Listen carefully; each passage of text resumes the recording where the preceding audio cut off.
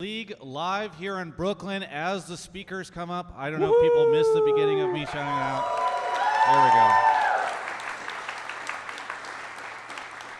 Thank you all for making it out tonight as we explore why North America is 0-9. I'm sure that will be dominating a lot of the conversation, but hopefully we'll be talking about a lot of other things. I want to give a huge shout out to Grubhub and Chipotle for sponsoring the show. We have a bunch of cool things going on. If you do !Grubhub in the chat right now for those watching at home, you can get a code. We'll talk about that again later to save some money. And then Chipotle will also be dropping codes for free entrees in the chat throughout the evening. But now let me go to Mark. What? You're pointing I was going to say people in the audience can do. You said at home, but technically they can go onto the Twitch app probably. Yes, they can open the Twitch app as well. I'm not trying to deprive these wonderful people for of coming something. in and actually watching in person. Yes, well, you know, it's a different experience. Anyway, my constant co-host Mark Zimmerman is here. How's it going, Mark? Whew! It's been a week since the last Hotline League, huh? Yes. I think the takes are going to feel very different than they did last time. Where's David? Did he come out for this one? No, he had a different event that he had to make it to. Yeah, exactly. After the work at 3 teeps out. Exactly. Oh, no. It's been good. I went up to Boston this weekend to see my family and check out other things that aren't North America getting decimated in groups. Yes. In fact, I believe you have a member of your family here tonight. Yeah, my dad's in person. Round of applause for Mark's dad. He made it out. You'll love to see it. We've got family members here in the audience. Okay, so how you've been seeing your family, but then you've also been watching the show. You were there for at least one of the days, right? I was there on Monday, or not Monday, well, the first day, which was Friday, because they keep bumping these back one day. Yeah, yes. So I was there for Friday's games. They went south pretty quickly. The entire crowd is an LPL crowd. Another L for David about like the New York crowd's gonna boo all these teams. I'm like, it looks like the JDG crowd to me. Yes, no, it's there's at least I think 50 to my untrained eye. There's at least 50% of the folks that are in the audience that are wearing LPL jerseys and have fan signs and all that stuff. And my favorite moments are at the very beginning of an LCS game, LCS versus LPL match, before everything goes terribly for the LCS, and you've got the LCS fans going crazy in the audience and the LPL fans going crazy in the audience. You feel the rivalry. And then one of them just gets quieter quickly. Yes, we won't say which one. Either way, it's but it's been good. I mean, how have you been managing the pain and suffering while you're with your family? Because you probably have to watch the games, and then you go out to dinner, maybe you do something, and then you just have to put on a fake smile. No, it's great because I'm doing something else while the games are going on. So like I'm not getting my hopes up. I'm in like Salem, and we're like doing a spooky tour, and I'm like, oh, we're losing again. Wow. Sweet. Apple cider. You had move on. We're gonna bring guests on in a second, but you had a story that you were telling me beforehand of you getting recognized. I don't know if you want to share it. It's not much. We were just doing a maze, like a corn maze kind of thing, and I rounded the corner, and this like kid who's like, I don't know, high school, middle school, rounded the corner, and his eyes were just like, whoa, are you Mark Z? And I was like, yeah. And he was like, didn't know what to do after that step, so he was like, paused for 30 seconds, and then eventually I was like, all right, well, normally I'd ask if you want a picture, but we're in a corn maze, and there's people behind us, so bye. I love the idea that this individual thought that you might be part of the corn maze. You know, like, oh, and you just come around the corner, there's a very spooky person from the LCS broadcast. So the funny thing was, too, also after I left, he was with a big group of other people who probably don't watch League, because they're like, who was that? And I could hear him through the corn shouting, like, that's Mark Z! I was like, yeah. So it was pretty cute. That's very cute. All right. So, what do we have to talk about tonight? Nothing Not at all. much. Yeah, no. We have, obviously, all the games. I know a lot of you are going to be asking and wanting to come up on the show and talk about LCS. We can definitely do that. But I am hoping that we get some additional takes where it's not all just LCS doom and gloom. We can talk about maybe some of the... Rogue looks pretty good. Yeah, Rogue looking pretty good. We can talk about all sorts of different stuff. There was a couple things. Wait, it's been reported now. I got scooped by 3 minutes. It's been reported that Bjergsen is supposedly a free agent now, no longer on Team Liquid, or is at least open for offers and opportunities. So that's maybe something that we can. I mean, we'll keep a mostly Worlds focus, but I feel like that's going well. Quick, talk about the off season. Yeah. That's the pivot I normally make in my content around this time of year. But I'm sure we can grab something around that. Maybe anything else that folks want to talk. Maybe you want to talk about the broadcast if you feel like it's missing a certain analyst on the desk. I'm, of course, talking about Emily Rand. I think it's unfortunate she's not been able to be there. I got boomed. Yes, you thought it was about you. Anyway, so there's a lot of different stuff we can talk about. I mentioned this for folks that were here earlier, but just in case you missed it, and for those that are in the chat and don't understand how the live shows work, what's going to happen is we're going to bring on a rotation of guests. We have a couple folks from CLG and somebody who was the last time he was on the. No, he came on the live show. No, was the last time he was on the show the Parth? essay? Yes, No, I wasn't going to say Parth who. has come on once this year Oh, already. right. Yes. Okay. Regardless, we'll have some folks on to help maybe answer some of these questions. But for the folks that are in the audience and want to come on, the way it'll work is as we have a guest on, Mark will come out into the audience. You all raise your hands. He'll come over. He'll listen to your take. If he doesn't like it, he'll say, "Oh, no." You can then come up with a different one later or something. He'll negotiate. We'll figure it out. Well, then you'll come up. Go ahead. I was going to say, there's also some takes where I just save for later. Like, we're going to have Palafox on. If there's a top lane or mid lane take, I can ask a pro player that question. Might be a better option. So sometimes takes aren't dead just because I don't pick you right away. Yes. But we'll get a bunch of you on the show. You say your spiel. You can discuss and debate, and please be nice and polite with us. And then afterwards, we'll give you a shout out, and then we'll move on to the next person, so we can hopefully get a lot of folks on tonight. But is he in here? Where's Croissant? Croissant. There he is. Hello. He was in the back hiding. Let's bring on Croissant, who's our first guest of the evening. Round of applause. All right. Here we go. Hopefully we did the mic check with these guys. We had some mic issues, but we think we've resolved them. Hello. Hello. There we go. Hello. Woo-hoo. Okay, Croissant. For those that do not know, do you want to introduce yourself and what your role is with CLG? Yeah. Hi, everyone. Good to be here. I'm the strategic coach for CLG, and for those who don't know me, we got coaching staff of the split this year. That was pretty cool. We got it the last time I was in the LCS too, when I was on Team Liquid. But I started actually coaching in 2018 because, and I got into League way back during beta, but I always played here on and off, but I watched a lot more League than I actually played. And then the first time that I did any content or anything was after G2 narrowly beat TSM at MSI in 2017. And I thought, like, oh man, the gap is really not that big. And if we just do these things, then I think that, like, we could have advanced. G2 would have been stuck in groups. We would have made top 4. And so I made a video about it, which was just me talking unedited about it for 25 minutes, and people seemed to like it. Actually, Parth was the first one to reach out to me, and they almost offered me a job, but I was doing my own thing. I was still in school at the time, and then I finally got an opportunity with Romain, which is funny because he was almost going to be here tonight. Yeah, shout out to Romain. We almost had him on. I'm not trying to blow him up, but he was supposed to come out tonight, but he said he wants to make sure he can make it to the next show. Yeah. That's a joke because if G2 loses, then okay. Anyway, sorry. Yeah. But that was a bit long. But what I do at CLG now is I just draft is my main specialty, something that I love. But I also helped with roster building this year, helping our 3 positional coaches adjust to the role. Because for Apollo, it was his second split coaching. DeMonte is first. Brandini we had in summer. So providing mentorship there and stuff, because I'd done a lot of positional coaching in additional to draft stuff in the past, and then just working and flexing where players needed me throughout the year. In spring, I was mainly working to help mid and AD, and then in summer, in between spring and summer, I mainly worked with contracts and Poom before we made our run. Awesome. All right. So how much Worlds have you been watching, buddy? So CLG's, we've been here. We've been doing events every single day before the groups. And so we'll do a thing right at Versa. It'll be right across from MSG, and then we walk over to MSG and watch the games there. And so my throat has gotten a little bit sore from all the screaming and cheering on any teams, and then my eyes have gone a little bit puffy from crying myself to sleep at night. And then I thought you said your eye. I thought you were gonna say your eyes got sore from watching when you said your throat was. But yeah, honestly, the crowds have been amazing. On all the days, even cheering for North America. The cheers seem to be getting louder after every consecutive loss, because that one win is coming, right? I thought you were gonna say cheering for the 0-18 at this point. You're all in on let's do it for the memes. Yeah. So I've watched the majority of the games. I had to duck out like a little bit earlier for some of the days, so probably like 80 or 90% of the games.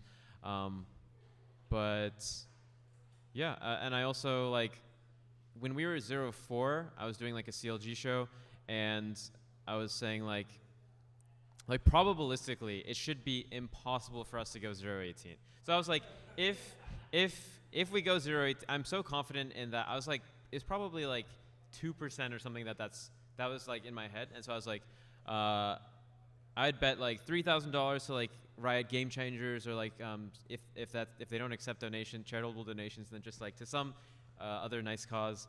And after I said that, I was like, should I have said that? And then I was like, I'll also shave my head. Oh wow! Okay. And I've So you never got a shaved lot my on the head. line. So now. you've got a lot. You've got a significant charitable donation on the line and your hair. Yeah. Okay. How are you feeling now? Because you said you did that at 0-4. Yeah, so you're the odds are 0-9. definitely higher that we do go 0-18 now. And like in my head, it's probably like from 2% up to like 20 or 25% chance that we go like 0-18, but like, which is a lot higher, right? But I mean, like, either I have confidence that like even if when we're statistically eliminated, right, like NA teams often like really perform in those games, or for even like 100 Oysters game is like definitely like what I have in my back pocket. If you lose that one, you start sweating. Yeah, that's the one where I pull out and then it's just like there's nothing on the piece of paper or like the Yu-Gi-Oh card, and I'm just like, this isn't actually useful. So. Oh boy. Okay. Well, let's hope you get to keep your hair, because I'm pretty nervous. I mean, Mark, I know we're gonna grab takes in a second, but how are you feeling about 0-18? I mean, I'm kind of with Croissant where, like, in theory, it should be extremely low probability. It's like, okay, assuming 50-50, which obviously is not 50-50 chance against these teams, but, you know, like, to lose 9 in a row would be hard. To lose 18 in a row, you know, is crazy. So it is, like, one of these games, something has to go right, and we just, like, close out, you would think. But given how it's gone so far, it just doesn't feel that way. Like, it should, in my logical part of my brain is like, yeah, I would bet shaving my head, too. That seems like, of course, we're going to win one game, but now, I don't know, man. Yeah. All right. Well, maybe it's time to grab some takes from the audience. So I will talk to Croissant while you go out and find Alrighty, folks. let's do it. Hands have a up. take, I'll raise be your walking around, hand. trying to find people. Everybody raise your hands, please. We have sponsors in the audience. They need to look like you're all engaged and active and caring. All right. So, Croissant, CLG's been holding events at MSG every day.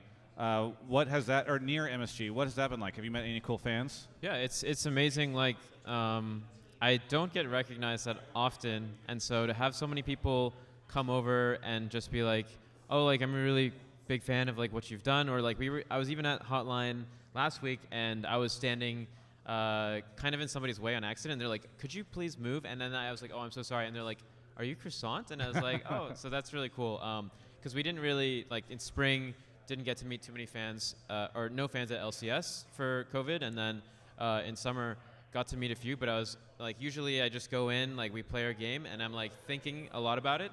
And so, but yeah, like, it's been amazing to see how much support there is. And we even have fans coming in from, like, the UK or who aren't, like, CLG fans, and they just get to, like, chat with us. And we had mainly Dokla and me in the first week, but we have Palafox trickling.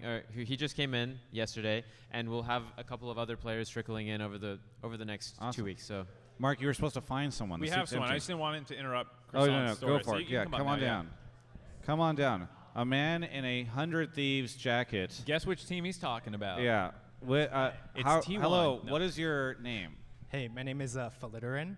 All right, and where are you visiting from? Or are you Atlanta, local? Georgia. Atlanta, Georgia. Okay, so are you going to the Atlanta shows too? I'm gonna try to make it back. Yeah. Okay, all right.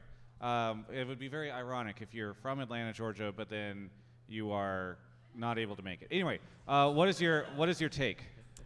My take is that 100 Thieves is going to make it out of groups. 100 Thieves is going to make it out of groups. I'll tell you this: there's a surprising amount of copium and hopium still in the crowd today. What are they?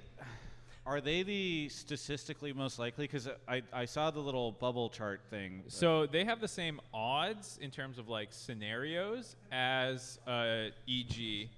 Okay. Technically, it's like both better and worse. There's a scenario where they can go 3-0 and not make it out. There's a scenario where they can go 3-0 and instantly make it out. And then there's one scenario where they can go 2-1, get a tiebreaker, and still get out. So like, but realistically, most any team trying to get out needs to win 3 games. Okay. Basically. All right. This is great because what's funny is we posted last week's Hotline League, and then people watched it over the course of group stage, and they're just flaming all the takes from last week. All the positive and so people. I thought for sure, I was like, okay, well now that audience will get, very jaded takes, but our first guest up here is still a believer in 100 Thieves. Okay, so how is 100 Thieves making it out? Okay, so a couple of factors. So one thing I think is that, NA has never gone 0-2 versus a non-major region. So we drop games to, CFO or wildcards all the time. We've never gone 0-2. So I think, it's likely that 100 Thieves can beat CFO. And then the second thing is that Gen G has looked really, really beatable during group stage. Out of all 3 Korean teams, I think that even though they're the first seed, they've looked the worst. Like, I would rather play them or over DRX or T1. And then RNG, we can have tiebreakers, like Mark said. So, Okay. so there's the path. Okay, so it's all, and so it sounds like you believe tiebreaker is how it's going to happen. Almost all scenarios are tiebreakers at this Yes. point. There's like 2 total that are not tiebreakers. where you like win out and other teams. Yeah. Okay. All right. Croissant, does 100T have a chance? So this is fun. I've never done like interacting with like someone else's take like this before. It's okay. You can be honest. Peter was If hard he's a playing madman, people on just let last him week's know. episode, so yeah. Wait, so Peter flamed a lot of people pretty hard. So Peter that's, did disagree with a lot of the NA hopium. We'll Yes. say that. Okay. Well, I will say this is a very strong hopium take to start the day off with. Here's what I agree with. One, our most likely win is to come from 100 against Oysters. And 2, out of all the groups, I think 100 has the best shot of getting out, right? Or not the best shot of getting out. I'll take I that. think they have the easiest strength of schedule. Like in terms of if you rated each team from 1 to 10, right? Like you could rate Gen G like, let's say a 7 or a 6.5, and in the coming into the tournament, people expected like a 9.5 or something, right? But I think that's all balanced out by the fact that 100 Thieves is surprisingly shaken, or maybe not surprisingly shaken, right? People have often described them as a confidence-based team. Going 0-3 against C9 and for the games to like collapse so quickly, I think really affected them going into the year, and something that other people have also probably mentioned like online and stuff, but I don't know if like they talked about it last week, was just it is a significant disadvantage to only like I talked to players on several teams and like at first they were like, oh yeah, it's like pretty good, we're in our home region where we get to like stay here and be comfortable, but you scrim only against 2 other North American teams that like don't necessarily challenge you, or you so all these reasons are just like 100 Thieves, like I think usually they pick up a few like secret strats, and Reaper has like certain plans when he goes to Worlds and when he boot camps or plays against other teams. I think right now they're in a very, I expect them to have the lowest chance of getting out of groups. So you touched on something there I definitely want to dig into, but I'll get to the take first, which is that I will also say while 100 Thieves has disappointed me like every North American team has thus far, they have had a couple moments where I'm like, oh, maybe. They had a game where some days done quite well, actually. He did pretty well into Doran. Yep. He did well into Breathe. He's just picking Aatrox and doing well. I'm 2 like, Aatrox, 1 Fura. yeah, like so. he's looked okay. And they had some games where Closer found some early kills. They had some gold leads, and then like their objective fighting was pretty terrible. But like hopefully in week 2 they just are a little cleaner about like F it, let's just go and like pick fights. And I don't think 100 Thieves that's always their strong suit of like just saying F it, let's go. They're not like a super flippy team a lot of the times, but hopefully at Worlds they can kind of adopt that mindset a little bit more. Like you said, I think Gen G has been a little disappointing. I think some of that might be meta reads. Like it hasn't looked like they're playing the exact same way that some other teams are. RNG does look really good. So, maybe it is the scenario where they beat 2, RNG is the only loss they take, and, something else happens. But otherwise, I'd be pretty concerned. I think Gen G is still, like, hasn't hit their peak. Maybe they're just bad, and, like, the meta change hurt them and whatnot. But, like, heading in, everyone was like, Gen G is the Korean team to fear. And now everyone's like, they suck. But that could also be that like, it was 3 days of games. Like, they're going to bounce back. They only lost the one game, and they picked Singed, Senna Singed against Aphelios, which I don't think they ever did in Korea. They played Singed against, like... a Yumi once. Yeah, and like, it was like a counter against Zeri, etc. But, like, it's very hard to get through that lane against Aphelios, so... but, yeah. Yeah, go ahead. No, you finish before I go to his point that he made. Okay. No, I was just going to say, I mean, if you're talking about his point, you should go for that. Because I'm gonna put a... You're going to derail this? Yes. Yeah, all right, so... The thing that you said I found very interesting was, like, normally North America can go to the Worlds region early and start trying to get scrims against better teams. There's a little bit of a pushback against that where, like, Sven in an interview was like, oh, my God, we got shit on. And now we just, like, lost all of our confidence. And so there's a balancing act there. But do you think part of the reason – this is the worst Worlds ever for North America thus far. Like, we have never not won in week 1. We've had a couple of weeks of only 2 wins. We're now down to 0. We used to get 6 wins back in the day. Like, I showed that in the blame game this week. And so, like, this is the worst it's been ever. Yeah. Do you feel like that could be a part of it, is that we didn't get to scrim a lot of the best teams as much as we did before? Even if, C9's like, oh, our confidence got shat on. Like, well, maybe if you had 2 weeks, your confidence gets shit on in week 1, and then week 2 you actually learn a little bit. Yeah, like, I definitely don't think it's copium to just say that... I was part of one of the worlds where we went 2 wins in week 1. Yeah, this was a TL year, 2 wins and 4 losses, and then in week 1, and then 4 wins and 2 losses in week 2. And then we didn't have a third representative in 2020. But there was a team that went 0-6 that year from another region. Don't worry, Parth will be on later. I was trying to understand what you were referencing, and then I realized, Yeah.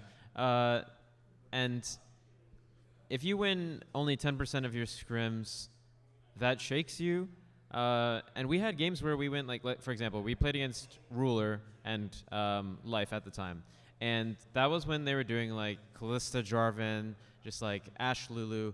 And the things that they did level 1, just, like, we would lose scrims. We had, like, a 0-6 set against them, and we would lose a lot of the games in, like, 10 to 15 minutes. But week 2, we started to be more creative with our drafts. We started to figure out what we could use, and just in terms of scrims too, right? But on stage, we had a similar thing to 100 Thieves, where we actually dropped a game to Machi, which is they share 3 of the players that Oysters has.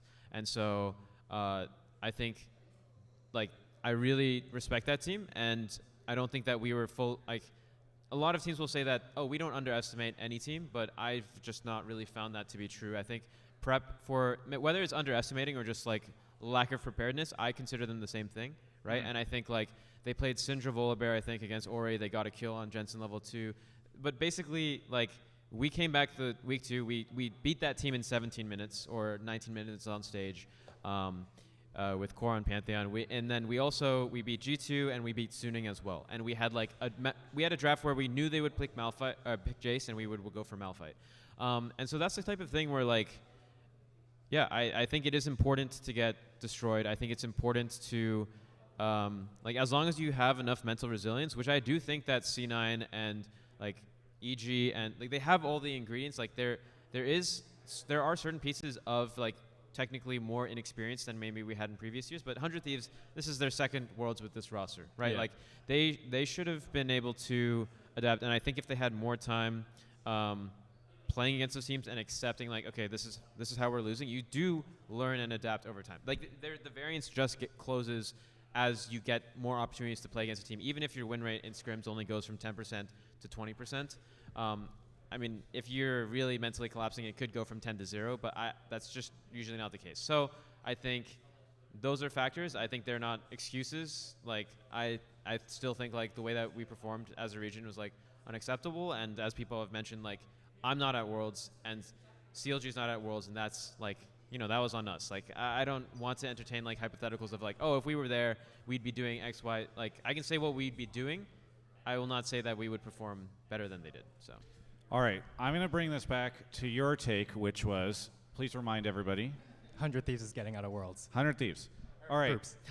These big brains just came up with all this, like, bigger stuff. They're not going to get out because the statistics on it happening are so low. Like, it's so easy to just look at like the odds on what it would take for them to get out, and even if they did do those things, like what other things have to come up, and it just feels like it's incredibly low. Like I really like the idea of like one of the teams making a miracle run, but by definition, I think at this point in time, it's pretty safe to say it would be a miracle run, right? Yeah, but what does your heart say? That's what your head says. What does your heart tell you? After watching these teams go 0-9, my heart is broken, and it's not saying anything. I don't know what you want from me. Here's my big thing. I think all of us need to just start, especially North American fans. This is my favorite thing now. Just start talking about the West. Okay, do not talk. It tilts EU fans. It tilts EU fans so much. Go look at my Twitter. I've just been giving like the win-loss record for the West, and like they get so angry, and it's the only thing we have now. So just like from here on out, just like at the end, if none of our teams make it out, if we go 0-18, add like 18 at the end of whatever the EU number is, and like just start talking about that number. Here's a good follow-up question we should ask everyone who comes on stage. Yeah. What's like your second objective? Objective 1 is like North American team gets out, right? But we're gonna fail that. So like, what's the next most important thing for you at Worlds? Is it that like EU does well, or is it that like LPL fails, or like what is the thing that you care second most about? Because for me, I'm a contrarian, and like whatever becomes the most overhyped region, I sort of just like needling when they not do as well as they thought they would, which is kind of LPL right now. So like I'm happy for EU, but I'm also like I might care more about LPL doing bad. I don't know. What about you? I think I like to see like good games in general, because like I don't watch much LPL or LCK, so like seeing really close games. Like I forget which game it was. I think it was Damwon like, versus Tess. Yeah, that one banger. Yeah. So yeah, just really good Or was it games all JDG, around. actually? I think it As was long JDG. as they don't as long as they aren't all stomps. Like I feel like stomps are so boring.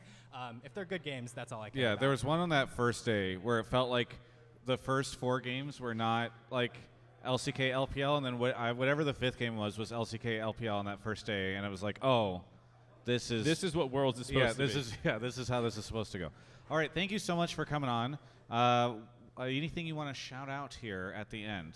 Shout out to Grubhub, love you guys, and thank you. Shout out to my boy Huhi. Fantastic, thank you so much, and hopefully we see you next week. Yeah, very good. All right, we're Croissant, gonna have. I want to ask Croissant's number 2. We'll have Croissant on for one more take, and then we'll bring Parth. But I want to know his number 2 priority. What's your number two priority? I think my number 2 priority is to continue a supply of not like hopium for next year.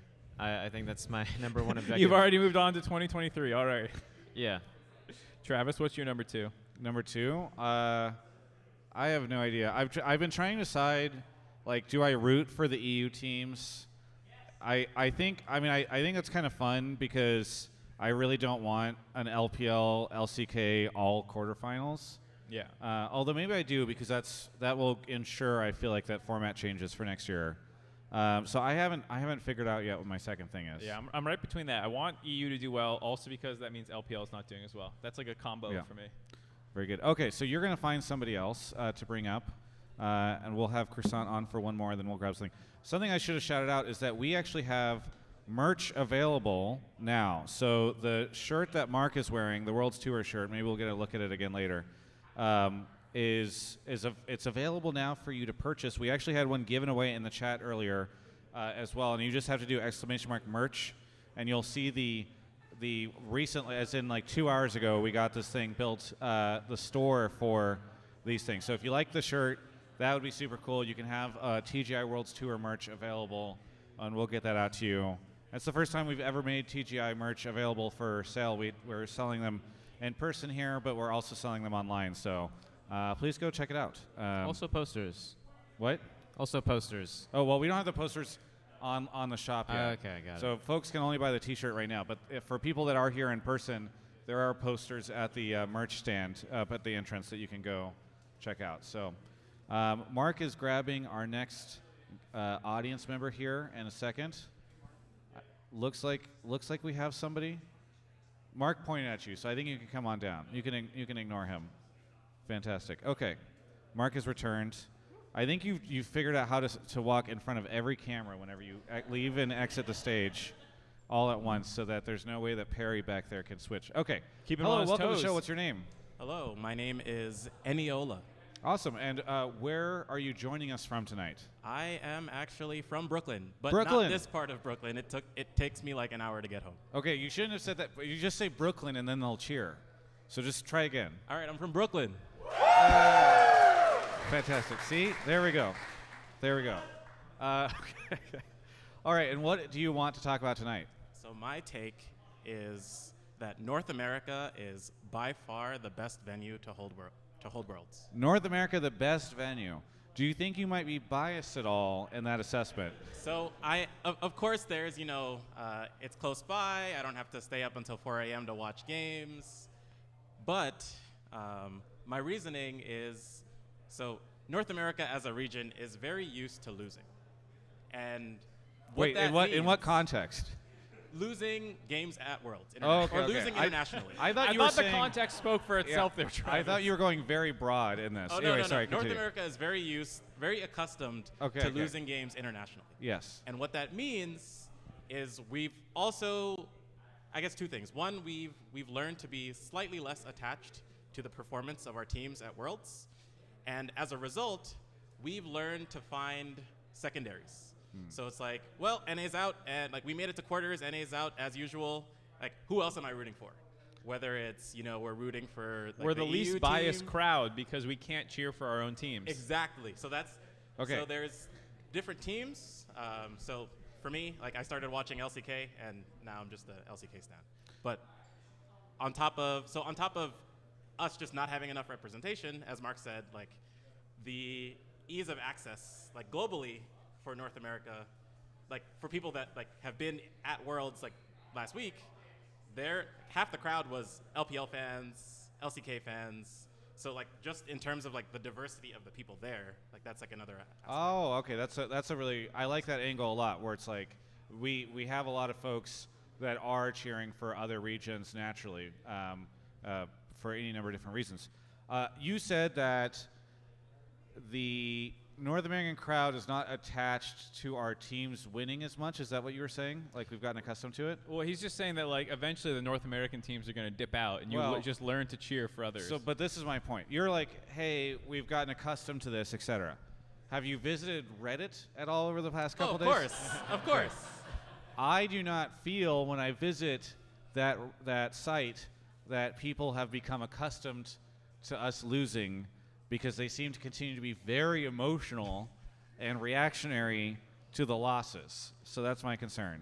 So I think we've continued to somehow manage to even disappoint the low expectations that we've had. That like every year, North American expectations get progressively lower and lower, and somehow we still fail to meet even the low bar that we've set for ourselves. I put out a video before Worlds came out about how I'm like, guys, this is like proper expectations for North America, because I agree that people always seem to get disappointed when like only one team makes it out or we struggle a little bit. I'm like, here's our historical win rate in groups, here's how often teams get out, just to try and like take the edge off before we even get to Worlds. And then we do so much worse than even I'm saying in this like kind of tone setting, we're kind of bad video. So I'm not surprised people are very upset. Yeah.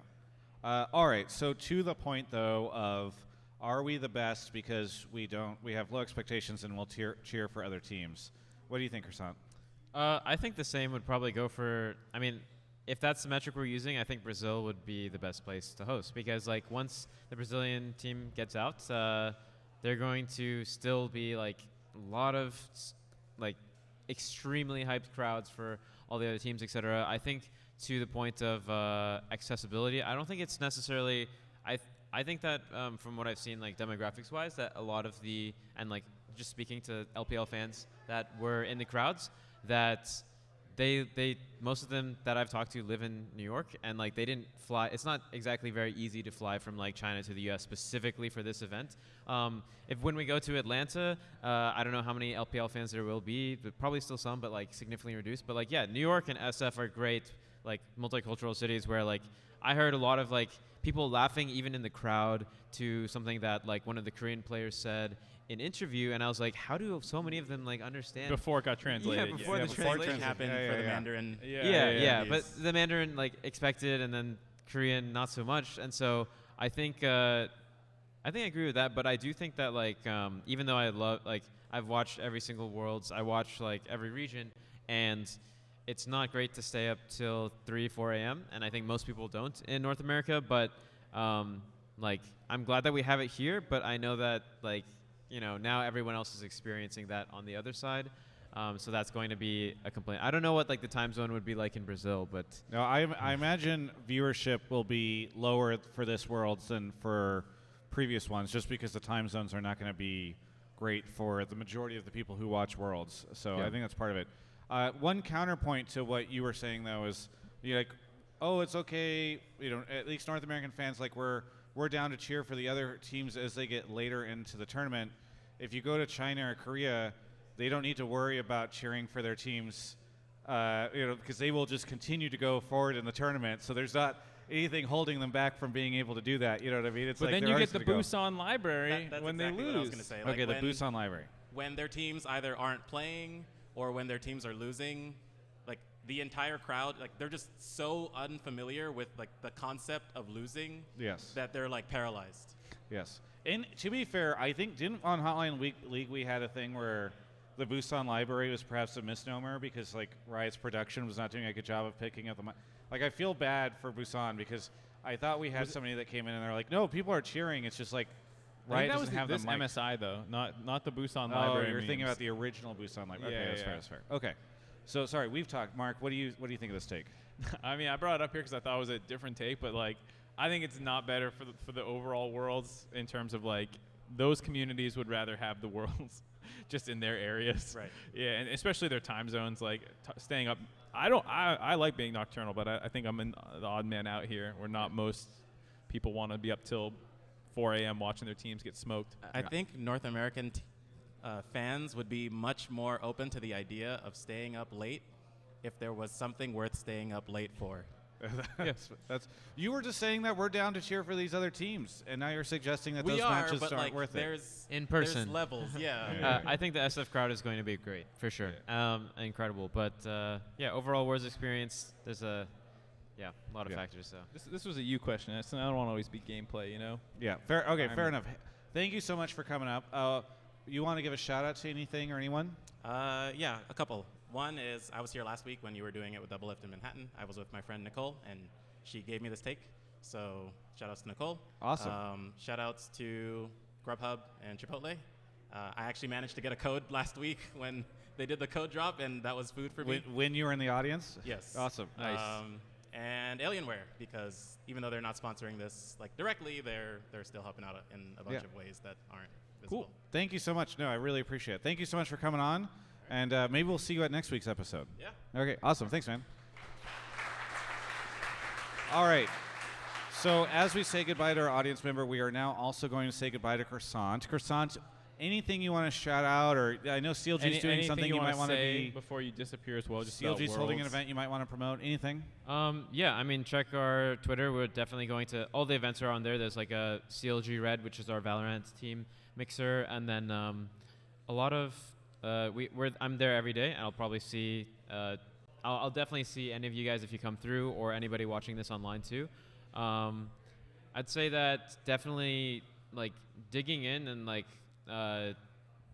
not division. I'm looking for another word, but like just the negativity and like the specific way that discussion spirals is like Kelsey had a really good take too, Oh, yeah. like about just how we provide solutions year round. Like some people are more public about it. Like I usually am just trying to like provide solutions internally. A lot of people are out there though with like really good takes on like how we can improve the space, how we can add more accessibility to like Champs queue and have it integrated with solo queue, for example, right? And it's definitely. I have my own like beliefs for why North America did like particularly bad this year, and I think it has to do with the gap closing within North America. And I do think that is good for the overall long-term health of the league. I think just the cream of the crop was not as like strong as before, because like last year we had our first team get out of groups since 2018, right? But you had like the leadership of Perks, and you had like a really cohesive team like in like Sven Volken. Like they played together for forever, and they knew it. Like that roster had strengths that like didn't even shine in the beginning of the tournament, but was able to come through. But the narrative of this year has definitely been laden with negativity, and I understand why that's the case. I just think that next year will be better. I mean, it has to be, right? It can't get worse. Yeah. So far. But yeah, other than that, only a shout out is to Grubhub and Chipotle as well, but especially Grubhub because I went to university in University of Chicago, and when I was there, like I definitely tried to cook for myself, but like it was a treat to get myself Grubhub. And at the time, like there was not really, delivery apps were not like super accessible or like developed yet. There wasn't even Uber Eats existing, and Postmates was definitely an L. But Grubhub like really actually brought joy to my life, and I see how much they do for like not just Hotline League and like Travis, but also to a lot of the league events that I've been to. So they're awesome, and I'm not sponsored. I would love to be sponsored. So that's a big. That was a big shill Yeah, right there. you can find me on Croissant LOL at Twitter, and DM's open. So Thank you so much. Thank you. Well, as we get Parth up here, I think no better time than now to shout out Grubhub and talk a little bit about them. And I will just say, go for the win. Go for Grubhub. I know all of you who watch online, a lot of you probably here in person as well, have been loving our discount codes that we've been giving out throughout the year that they've been providing. And so everybody always harasses me for the next one. So this week's is TG New York, which you can get in the chat, !Grubhub. That's $5 off your Grubhub order of $10 or more. There's details in the chat as well if you do the command. And with Grubhub, by the way, your food delivery just got better. You can get your food delivered on time and at the lowest price, guaranteed, or they'll make it right. That's the Grubhub guarantee, which is fantastic. And it's just been fantastic to have them as a partner. I'm really happy that they've made it out tonight. And thank you to everybody who's been shouting them out so that they know that you guys care. So thank you so much to Grubhub for sponsoring the show. And without further ado, we now have Parth here. Shout out to Parth. I'm an old man now. What's that? I'm an old man now. You're an old man now? Yeah. Why are they cheering for me? Why are I'm they getting cheering more for and you? more. You've been gone like less than a year, sir. You're not that old. In esports terms, that's old. You're a little quiet if we can get the microphone a little closer. Okay. So, hello. So Parth, what are you doing out at Worlds? Because you left TSM. What is up with you these days? I'm just chilling, consulting, living my best life. I think it's only people who leave a team know what I'm talking about. Like, there's just you feel 10 pounds lighter. Yeah. You leave LA, you go somewhere else, and you're like, holy shit, there's like an entire world outside of universe. So I'm exploring that now. Have you been watching Worlds at all while exploring the universe? I watched a couple of games every now and again. You know, they do the pick'ems, so I like coin flipped every single group. And my group 1 and group 3 might actually pan out. So Just as good as a coin. Yeah. yeah, it's Get out actually there. a lot better than the pick'ems that I did when I put serious thought into it. So There you go. coin life. Well, I think part of the reason why it's particularly fun to have you on tonight is even if you've not watched every Worlds game this week, you can talk a lot about the infrastructure because I know this is something you've cared a lot about. I mean, even when you were at TSM, you were running boot camps and doing all sorts of stuff and trying to find talent and building folks up. And then also you've been to Worlds with TSM and experienced different levels of success. Yeah. And so I think it'll be good to chat with you a little bit as we have folks come up here. Any words of wisdom for the NA team staring down the barrel of the 0-6, you know? I feel bad for the coaches and GMs because after you go 0-6 or after you don't make it out of groups, no player wants to do an interview, right? And so you have to go do that last interview with whatever press outlet, and they'll ask you, like, is there any hope for the future? And that's always the question. And you have to say the same things every year. Like, you know what? This time I think we came really close. I feel like things just didn't go our way. Next year we're like developing our ecosystem. Our proving grounds is finally getting off the ground. And next year will be our year. And so to all the coaches and GMs, there's your blueprint. Is there any part of you that is rooting for the 0-18 because then it'll scrub 0-6 from everyone's memory? So I do have a take about this as well. Okay. But this is a separate part of that take about Okay. the 0 Well, maybe we just Well, grab it'll the- overshadow the TSM. This is the question you're asking. Yeah, here. yeah, It's yeah. a little different. I don't think so. I really hope we don't go 0-18. That's like a record that you can't beat, and you need something to aspire to, you know? Okay. And so hopefully we can leave us some record that we can still break to look forward to in the future. Yeah. Very good. Okay. So I have a take about this. I think we may as well just bring him up here a little bit. Sure. You want to come up? All right, cool. We've got our next audience member coming up to talk about, hopefully, I don't know, something that is not super negative, but will probably be very negative. You get what you get. Okay, you know? hello. Welcome to the show. What's your Hi, name? my name is Harry. And where are you visiting from? I'm from Brooklyn. So I'm from Hey! here. There we go. You just have to say it, and then they cheer. Okay. I'm from Brooklyn. No, you're not. Okay. Hello. Welcome. So what do you want to talk about? So my take is that unless we get a team out of groups, NA going 0-18 will be the best thing to happen to the region. Oh. Wow. Okay, so for you it's either team out or 0-18. You don't want anything in between. He doesn't That would want be- Nothing in between. Mathematically eliminated. Suddenly we win 4 games and we go 4-12 and we cope. You know, you want to go to the bottom of the barrel. 0-18. Okay, so when a team gets mathematically eliminated, you then actively will be rooting against them. Yes. Okay, fantastic. All right. Why?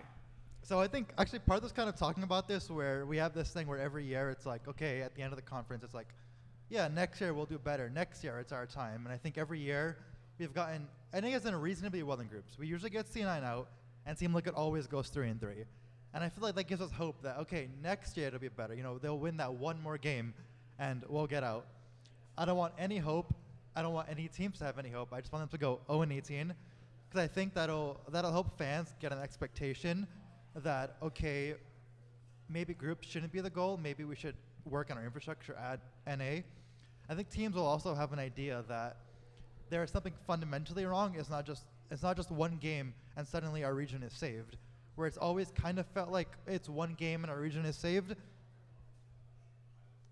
So you're just like, I want NA's face in the dirt so they can't even imagine. You need to confront the abyss. You Seeing can't the keep sky. having these like, yeah, oh, if that tiebreaker went our way, or like if we didn't just drop that one game to the LMSC, if Flash Wolves didn't take us down, you Yeah. know, like whatever it is, you're just like, no, hit the bottom of the barrel so we can turn back around. I'm a Team Bomb Liquid it. fan. Seeing them go 3-3 every year, it's Yeah. not fun. Well, not this year. All right.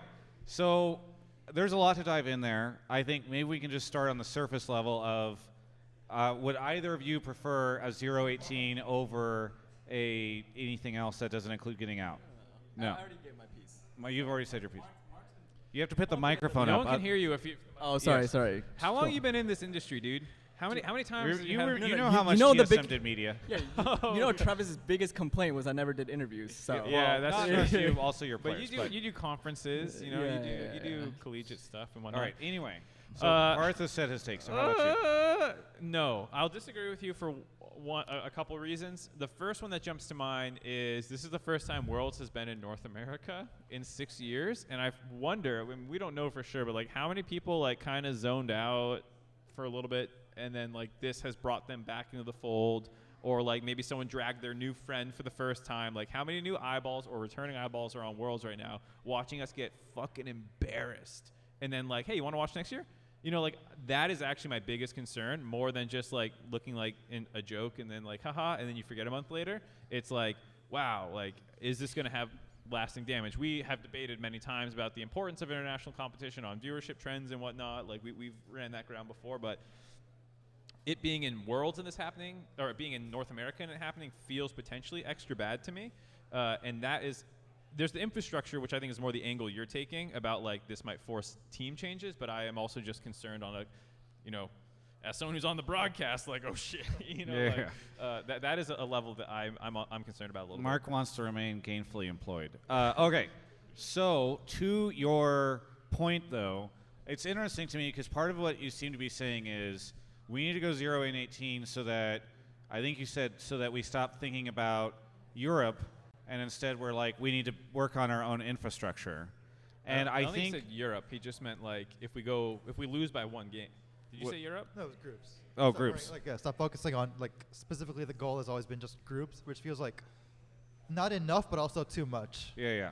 So I think and this is where I want to tag in Parth, because I think there's a weird belief that like we're not working on infrastructure, or that's not like a thing, or like, oh, we need to lose so that we go and work more on infrastructure, when one, infrastructure is a very vague term. It's like, what does that actually mean? But two, like, that has been something that people have been doing. It's not like folks have been like, well, we're one away from making it out of groups, so do we really need to worry about like do we need champions hiring additional coaches or anything like that? So yeah, to that point, what do you think, Parth?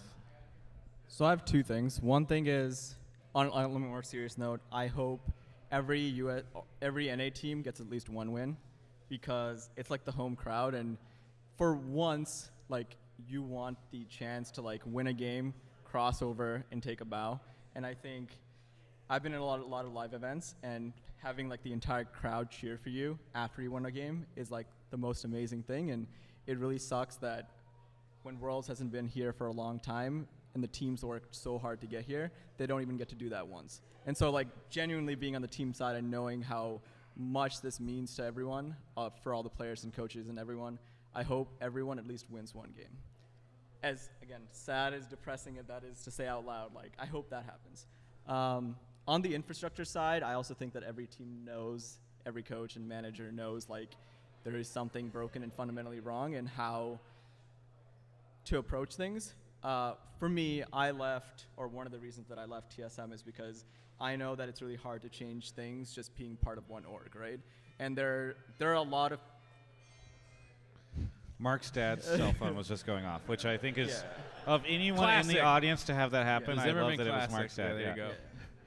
There's a lot of people who want to make things better. Maybe it's a few years too late, but a lot of smart people are now trying to help build things up below the pro level, right? I think everyone's talked about how there's not a lot of resources and not a lot of players in NA. They've talked about like coaching staff and infrastructure, and you only build that up when you make a game be multi-generational. You like take players who retire, go into coaching, become better managers, and this is just a cycle that's going to take years. And if you look at like traditional sports or the Olympics, you go like decades without like a single win as a national team, right? But you need to put in like the time and effort to like build a program up. And NA is just in that period where a lot of things are going against us. And it's not that people don't realize it. Everyone on the team side realizes. They don't need to go 0-6 to know that there's something wrong.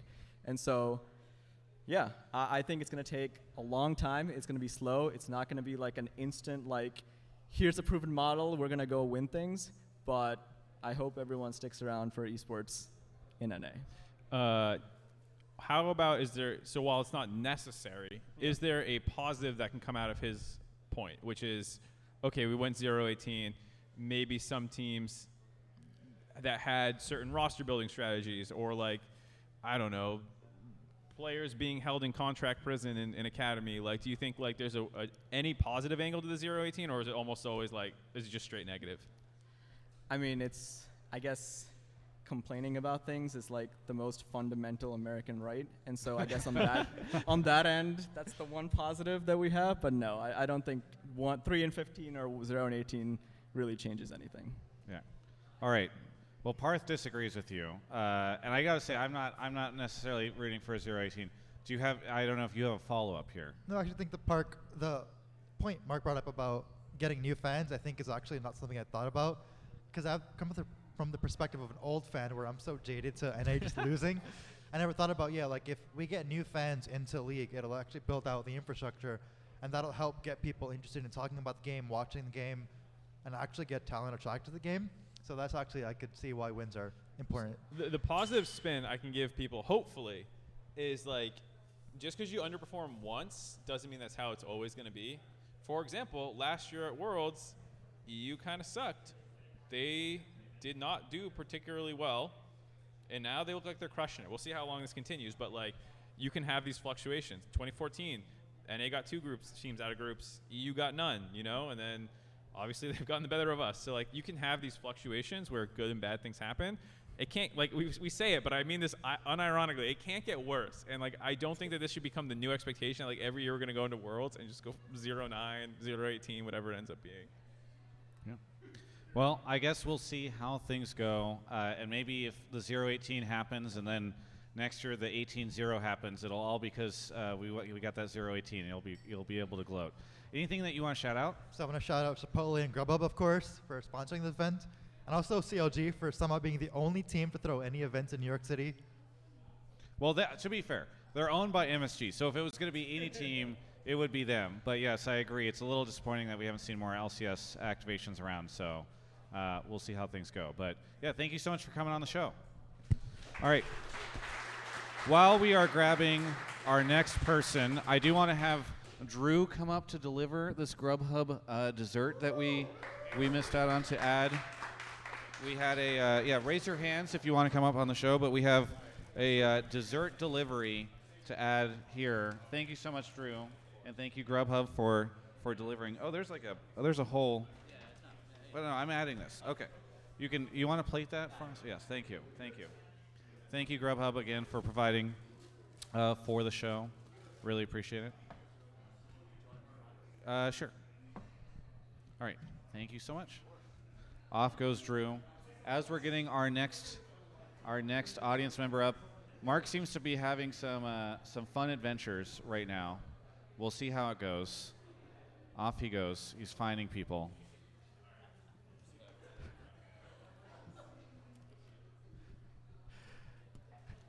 Help yourself. Okay. Okay, and it looks like Mark has found somebody. He's returning to the stage. Here we go. All right. Continuing to walk in front of as many cameras as he can. All right. Here we go. This is Hello. the infrastructure takes. Infrastructure takes for For Parth. Parth. Who cares about infrastructure? All right. It's in. hold your. What were you saying Yes. about imports? All right. Microphone up. Microphone up. Okay. Hello. What is your name? Hi, my name's Richard. Richard. Hi. Where are you joining us from? From Manhattan. Who's from Manhattan, guys? There we go. Okay.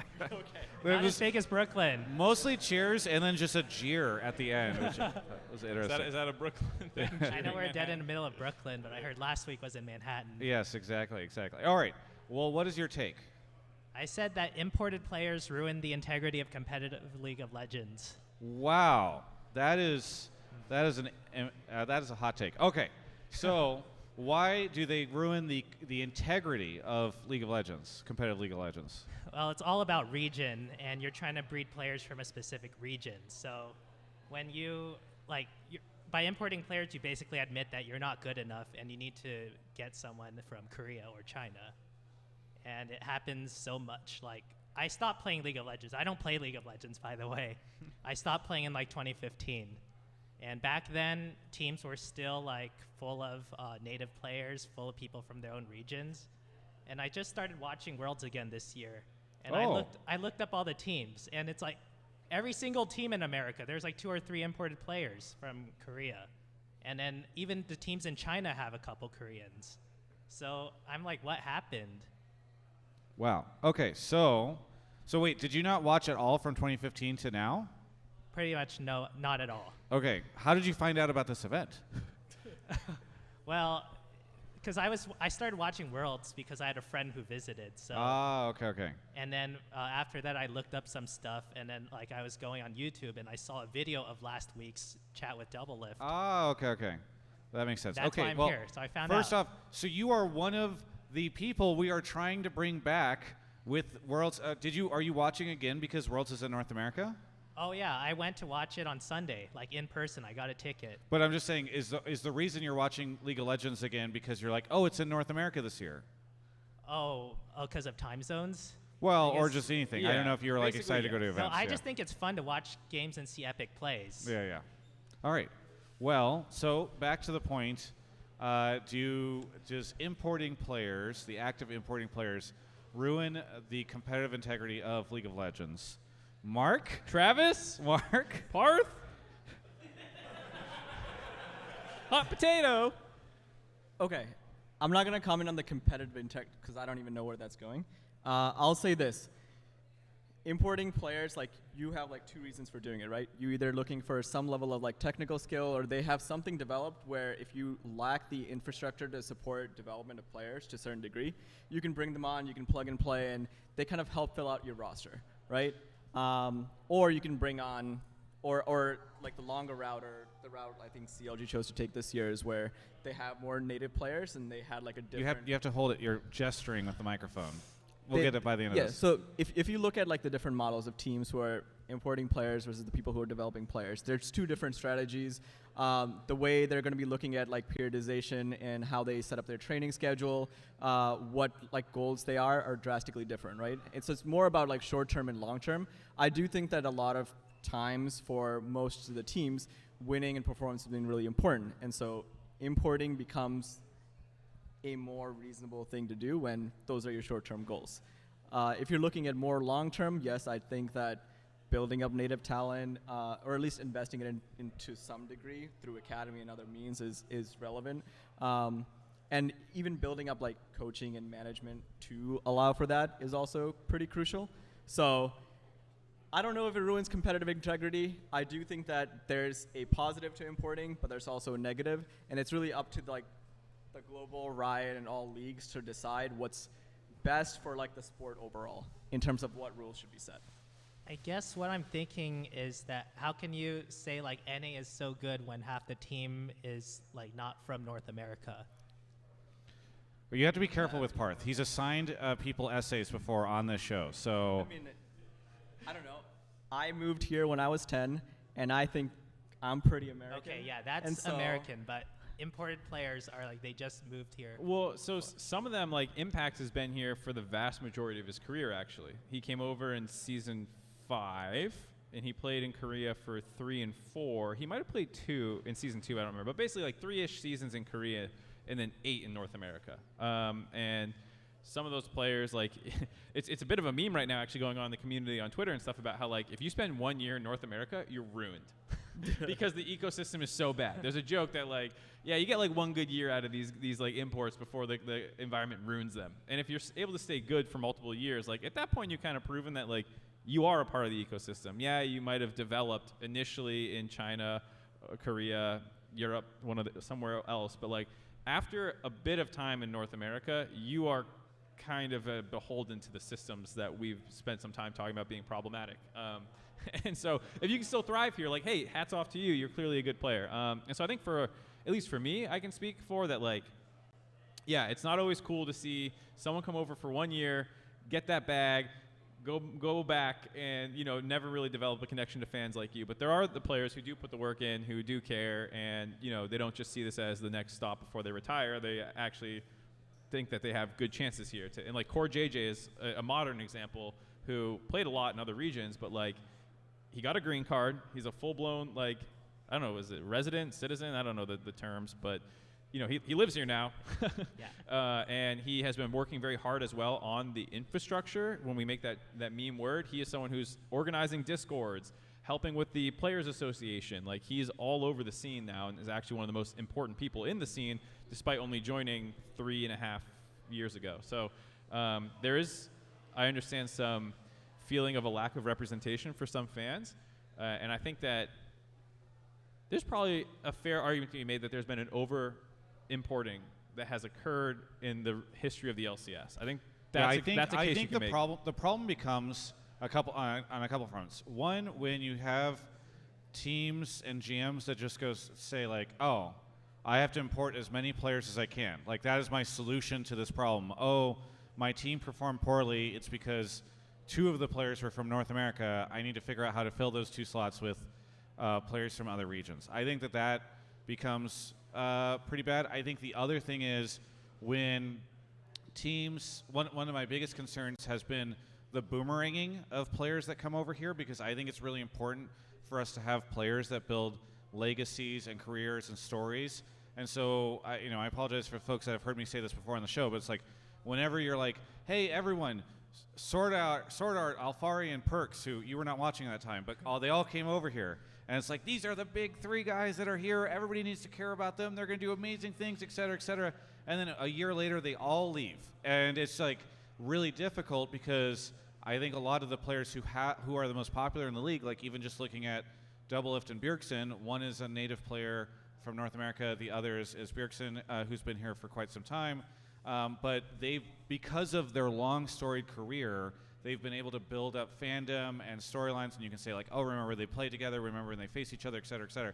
That's a lot harder to do whenever you have players that like cycle in and out of the league. You know, like I'm not saying Inspired's going to leave; he's under contract, but like it would feel painful for me if Inspired left, because I think we want him to stick around. Parth, were you about to say something? I jokingly said league. Okay, no, not a league. He's under contract. I would be surprised, but regardless, that's kind of the thing, and so. I don't mind. I will admit the extreme thing that could have happened was we could have had 100 Thieves, Team Liquid, and C9 make it to Worlds, where Blabber would have been the only North American player. That would have felt really bad. So I think it is about balance, but yeah. Oh yeah, and like the people you said, the ones who stay here for a long time, they really do represent America. But and I do think it's impressive when people do have intention to stay, because that means like they believe in us enough, they want to stay, they want to do their thing. And you see that a lot in like Chinese teams. They have Koreans. Like these people, I think they communicate in Chinese. Like they learn Chinese, they can speak Chinese. They do interviews in Chinese, like on Sunday when they got interviewed. Mm-hmm. So or Saturday, I don't remember, but that's like, that shows some real dedication. Yeah. The difficult thing is identifying who's here for the right reasons versus the wrong reasons, if you want to talk about that. You know, like, there's some players who I've heard stories before they showed up or, like, on the way over where they have bad-mouthed the region that they're going to. There have been players who would bad-mouth it for years, and then suddenly here they are in North America, and I'm like, yeah, I don't think you're here for good reasons, sir. I'm not going to name names, but there's a couple high-profile people who have shit-talked North America for like 6 years and then end up here, you know, and it's like, okay, yeah. you probably shouldn't be here. And I do think that like teams need to get more discerning. There's some players as well who are like, I actually really like Finn, but like he was not like a massive upgrade when that roster was announced for CLG like 2 years ago, or whatever. I think it's a case of like Finn's a good player, but he's not substantially better than like Dokla or like the people who were in the North American scene already that like you could have just gotten them for cheaper and easier. Like I think there's sometimes just been this belief that like, oh well, this European guy must be better than us, so we're gonna get him, and it kind of ignores all the things that Parth was talking about that are wrong in the infrastructure itself. And so I think that is one of the things that can also have knock-on effects on fans is like, well, I don't care about that person and they don't care about me. Thank you so much for coming on the show. Anything you want to shout out? What? Anything you want to shout out? Oh, to all the fans out there, good luck to North America. Either they go 0-18 or 9-9. There we go. That's very good. Either it happens or it doesn't. Thank you so much. You can just post it. Yeah, I got it. Very good. Thank you so much. And we're now also going to say goodbye to Parth. Goodbye, Bye, Parth. guys. Thanks for making it out. Big Anything round of you want to shout out? Yeah. Thank you to What? Chipotle and Grubhub for this event. Thank you for. I appreciate that you looked. Yeah, thank you to Mark and Travis for having me. Thank you for coming out, dude. Thanks also, so much. Brooklyn pizza is better than Manhattan. All right, very good. Whoa. Is that a hot take? I don't know. I prefer Chipotle regardless. I don't know what the camera angle is of you right now. If we're getting one take, it might just be your butt. Okay, there we go. Fantastic. Thank you. All right. So I believe it is time for us to bring a professional League of Legends player from North America onto the show to defend North American League of Legends pro players. Palafox is here. Come on down from CLG. Native North American talent. We're going to draw arrows next time because people can go from this side and this side. Yeah, go ahead and sit down there. Welcome to the show. There's a microphone somewhere for you. Yeah, there I we think go. that You one's found it. yours. Yeah, you got it. That's the right one. Palafox, welcome to the show. How are you doing? Doing pretty good. Been talking to Edward and forgot your name, sorry. But you know, they've been keeping me company. It's been a good time here. Fantastic. Great. When did you get into New York? Last night at like 10 p.m. So You feeling jet lagged at all? no, You're feeling I'm good. chilling. Okay. Yeah, I mean, I know North American players suffer from jet lag often, so especially when traveling to international events. So I just wanted to make sure you were okay. All right. No, I mean, what has it been like for you? I don't know. I remember we did an interview, a very sad interview when you got eliminated during playoffs, and I was trying to encourage you to come out to Worlds, and at the time you're like, I don't know if I want to do that or whatever. So I'm really glad you did make it out. So what led you to this? Was it just CLG being like, we have sponsor obligations, you need to be here contractually, or are you excited to be out the love here? of New York that brought you out. Yeah, I love New York. You know, it's a good time. No,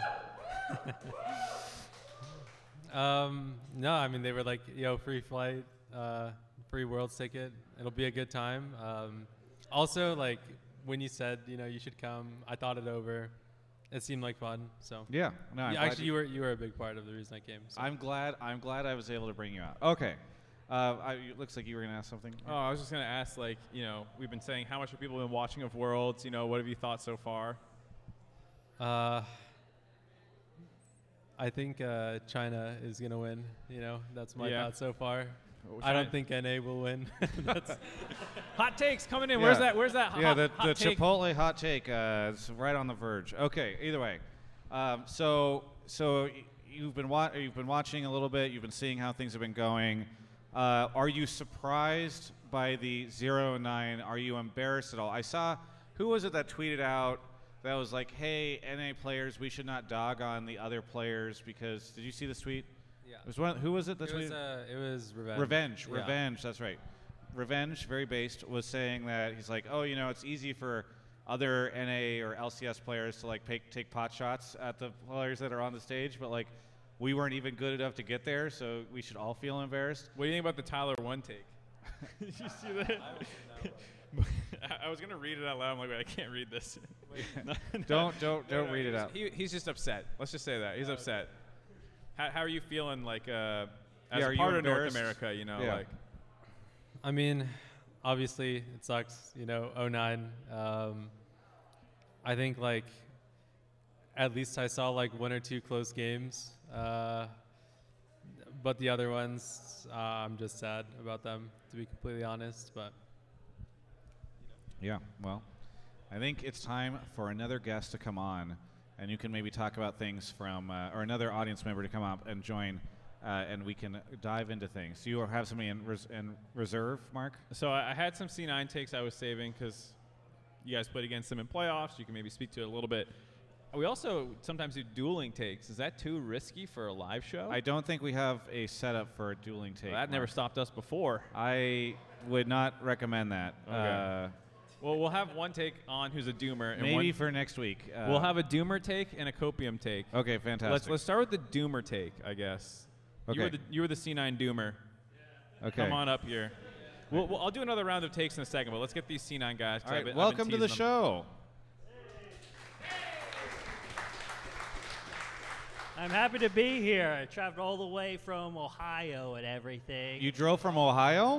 Well, I drove to Virginia and then got a train here. Okay. And I just got out the station, and then my brother's like, "We got to get to this show." Oh, really? Nice. So you came straight here. Straight here. Did you check into your hotel or Oh anything? yeah, we checked in the hotel, threw our bags in, and just left. Okay, all right, Nice. very good. I was like, did we check your baggage here somewhere? Okay. So, what is your take? My take is that C9 just needs to throw out the playbook because I grew up with High and Blabber being really aggressive and doing team comps, but it seems like they're kind of mimicking like what has been like the not the meme, but the play with them focusing on mid and going 2 or going top. But our bot seems like the strongest pick, but they seem to be not being protected, and they're losing team fights because Blabber and Jensen are going to these fights. And as 2, well, everybody they seem to be fighting comes in all at like 4-man and like dumpster dives them. And I want to kind of see them like throw out their old playbook and just do something new, and instead of doing like Fiora or Aatrox top, trying to do like Shin or something, like and focus on more of team fights and responding to the bot lane. Maokai and all these nice top tanks. Yeah. So and then that's my and I'm kind of curious, and I want to ask you about Jensen because I'm only a lonely silver ranked player here, and when Fellow silvers, rise up! That got a big cheer. And when I saw Jensen being destroyed by Zier down there, I felt like I was watching one of my games.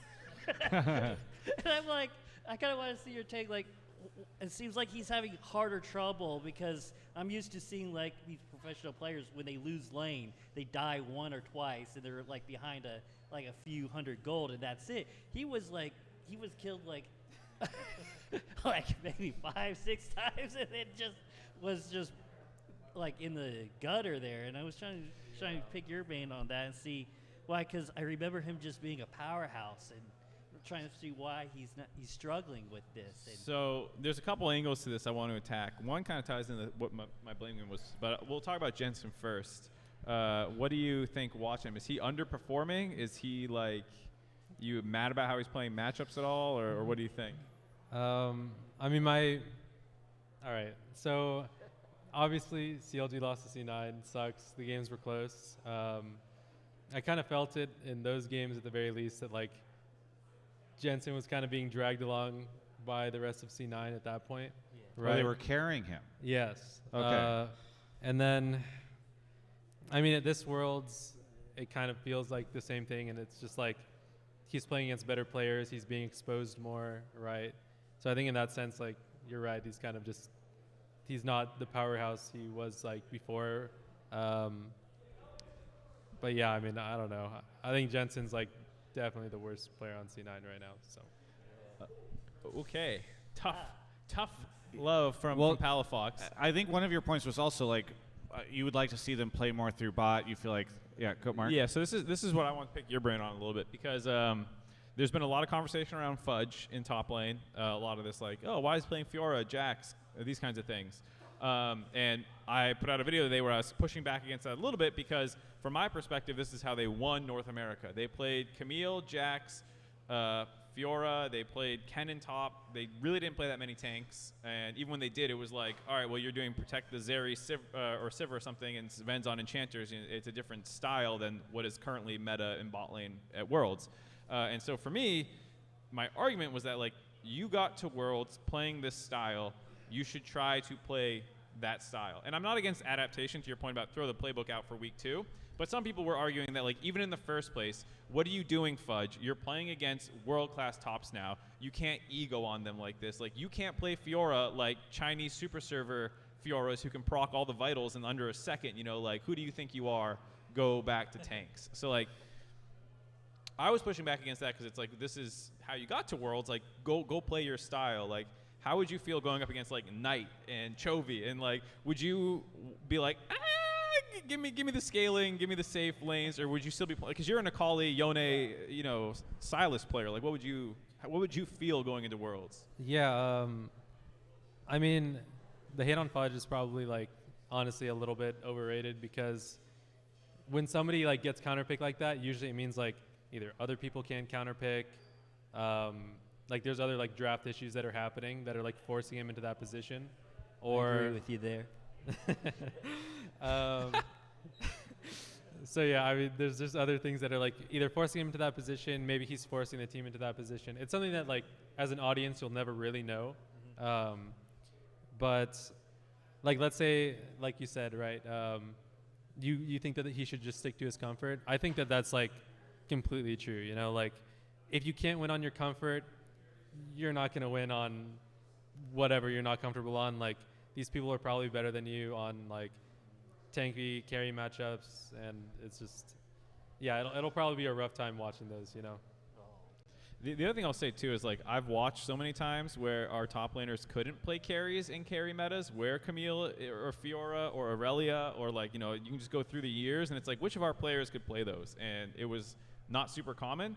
And like, yeah, Fudge is getting trash can doing them, but I'm also like, well, at least we're trying this stuff finally, because I've watched so many Worlds, and then fans are just on the other side of the fence then because we're still losing. It's just like once you start losing, you start criticizing things, and it's like, oh, well, we just can't play the carry champs. Well, it's like so many. Yeah, I mean, this is kind of like the seesaw with fans, right? Where it's like, you're like, they need to realize they need to come in and do something unique. They just can't copy all these other regions. They need to have these unique picks and do things off the wall, and then whenever they go do that and they lose with it, it's like MF Sejuani. Yeah. No, that sucks. What are you doing? Yeah, then it becomes no. What are they doing? They need to just play all these other champions everybody else is playing. They're just our drafts are terrible. Blah blah blah. And so I do think it is interesting to sort of see how people are just never going to be happy when you're losing. Is I guess the takeaway. You should just not that anybody ever gets influenced by the fans, but it's just that people are going to be pissed no matter what. Yeah. I think the only thing about C9 is the whole squad that they need to improve on. I guess you kind of hit on it a little bit actually. Was their team fighting is just way too uncoordinated, and they don't really seem to have good objective setup or a really good idea for what they actually want to do. So, I mean, usually Blabber is so aggressive that it overcompensates for it, and it's super good, right? And yeah, I mean that's my hope for C9 is maybe he can push him forward, Yeah, I think there's so many things in game that will make you look bad no matter what your draft is. If you're playing this bad, I mean, I don't want to insult C9, but when you're playing really bad and you're losing games, there's usually not I just should have swapped these little priorities in draft, and my champ tier list was just a little wrong there, There's a lot of things I need to improve on. Funnily enough, the game that I liked the most from them, which actually wasn't that close, what was the Zin game? Was that T1 or was that EDG? Does anyone remember? Audience? Zin, Blabber, they flipped it level 2 mid, and he hit a ward and killed himself instead of getting the kill on the mid laner. Chat says EDG. Whatever it was, that was the game I was most happy about because they're just flipping a skirmish level 2. And if you win that and Blabber on Zin gets a double kill, you're like, great, let's run over the game. And I want to see them play that way. How bad should we all feel for Berserker? Because I just did an interview with him. It's up on the channel, and he's just taking it pretty hard. And I don't feel like he's been at all the liability for his team. And this is his first Worlds, and so maybe you don't feel bad for him because you're like, well, it's not, whatever. But I don't know. It's all his fault. Oh, okay. Never mind. No. I'm kidding. I'm kidding. I think how much is the meta read? MF hasn't looked good. When I say that you should play your style that you got to get to Worlds, doesn't mean don't make any adaptations. Yeah, drop the MF. I don't care. Comp is playing Kalista. I think I watched them play Kalista in playoffs. I think they played Kalista Renata. Yeah, go ahead. Do that. I don't care. And so I think Sven and him have looked a little worse than their playoff run, maybe due to meta changes, maybe due to bot lanes just being stronger. But yeah, I think that there are some changes that they can make in the draft, and maybe Berserker can be played around more because they are playing around Fudge a fair amount. And yeah, go ahead, go try to play to a Kalista lane, a Draven lane. Lucian Nami's being played still. Rogue did that. If we want to just copy Rogue, sure. I don't know if that's exactly what you want to do, but at least they also had some time to scrim. I think that's the other thing too for me is I don't know how much in this position where you prep for Worlds, you're kind of getting smashed in scrims. Probably no matter what you pick in scrims is getting smashed, from what it sounds like in their interviews. What do you do on stage day one? I mean, yeah, I'm pretty sure every team is just going to go comfort. It's if you get smashed in scrims, all right, what did we get the least smashed in scrims, and just run that. So you go comfort for day one, you lose game one. Are you going to throw your draft prep out the window because you lost day one? No.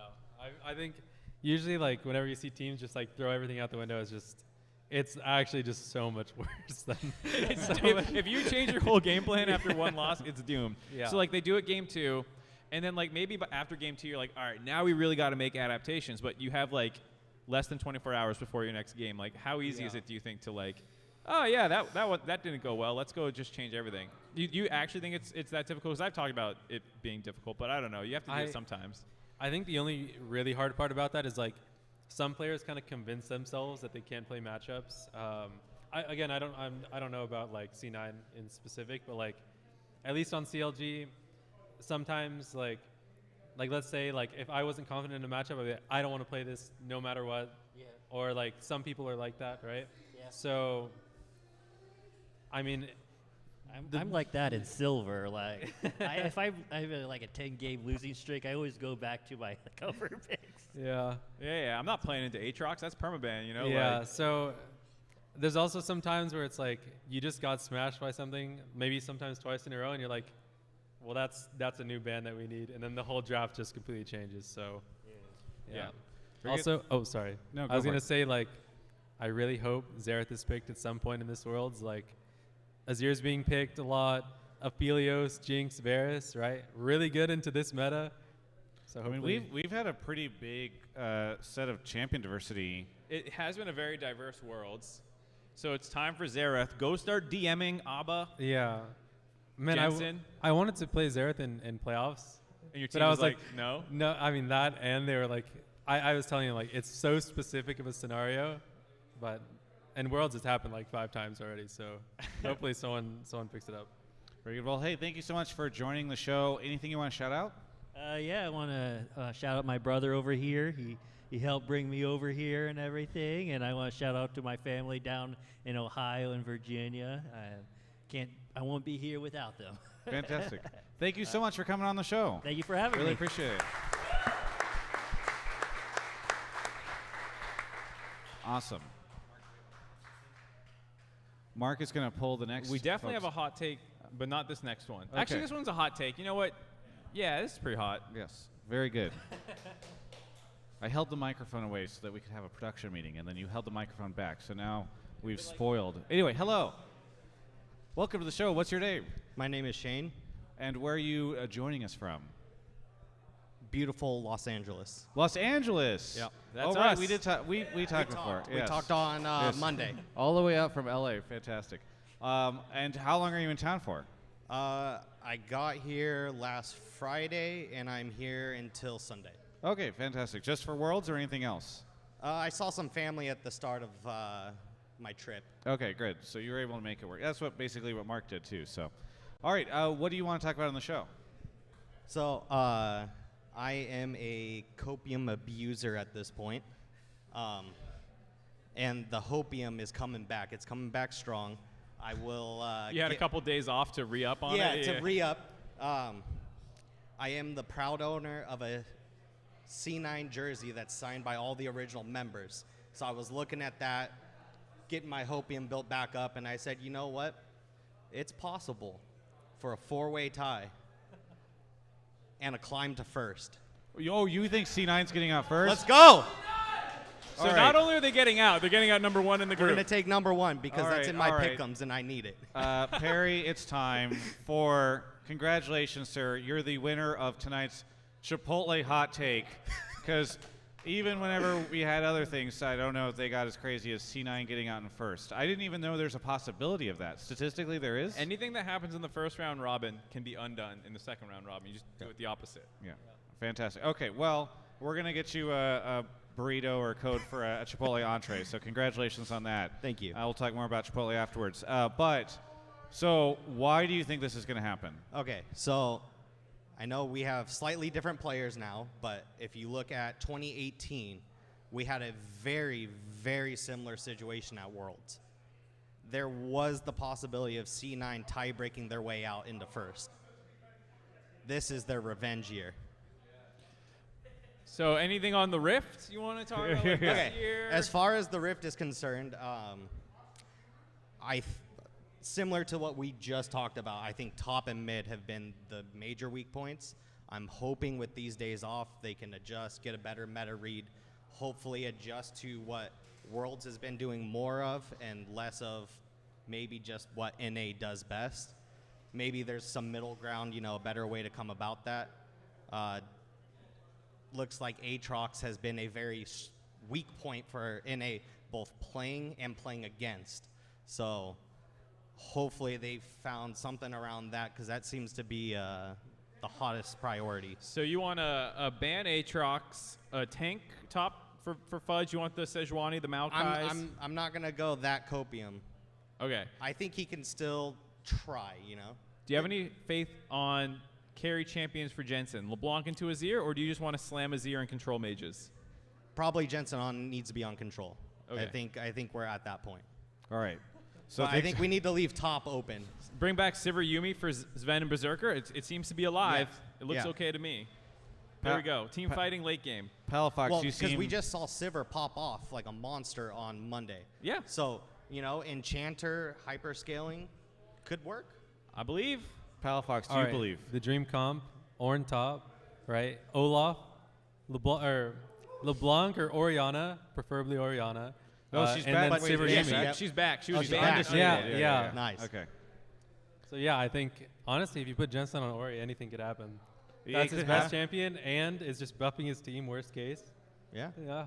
Okay, so you're on board with the C9 is getting out in first Yeah, in place. first, I just in want to first. confirm that. Yes. Yeah. Now, Okay. now I am. Yeah. Yeah. Is there a gas Hopium. leak in the building or something? I'm very confused. Again, lightheaded. Yeah. What are there in the drinks? Okay, so pouring them strong here. Okay, so Mark, Palafox believes that C9 getting out first. Do you? Yeah. Okay. Absolutely.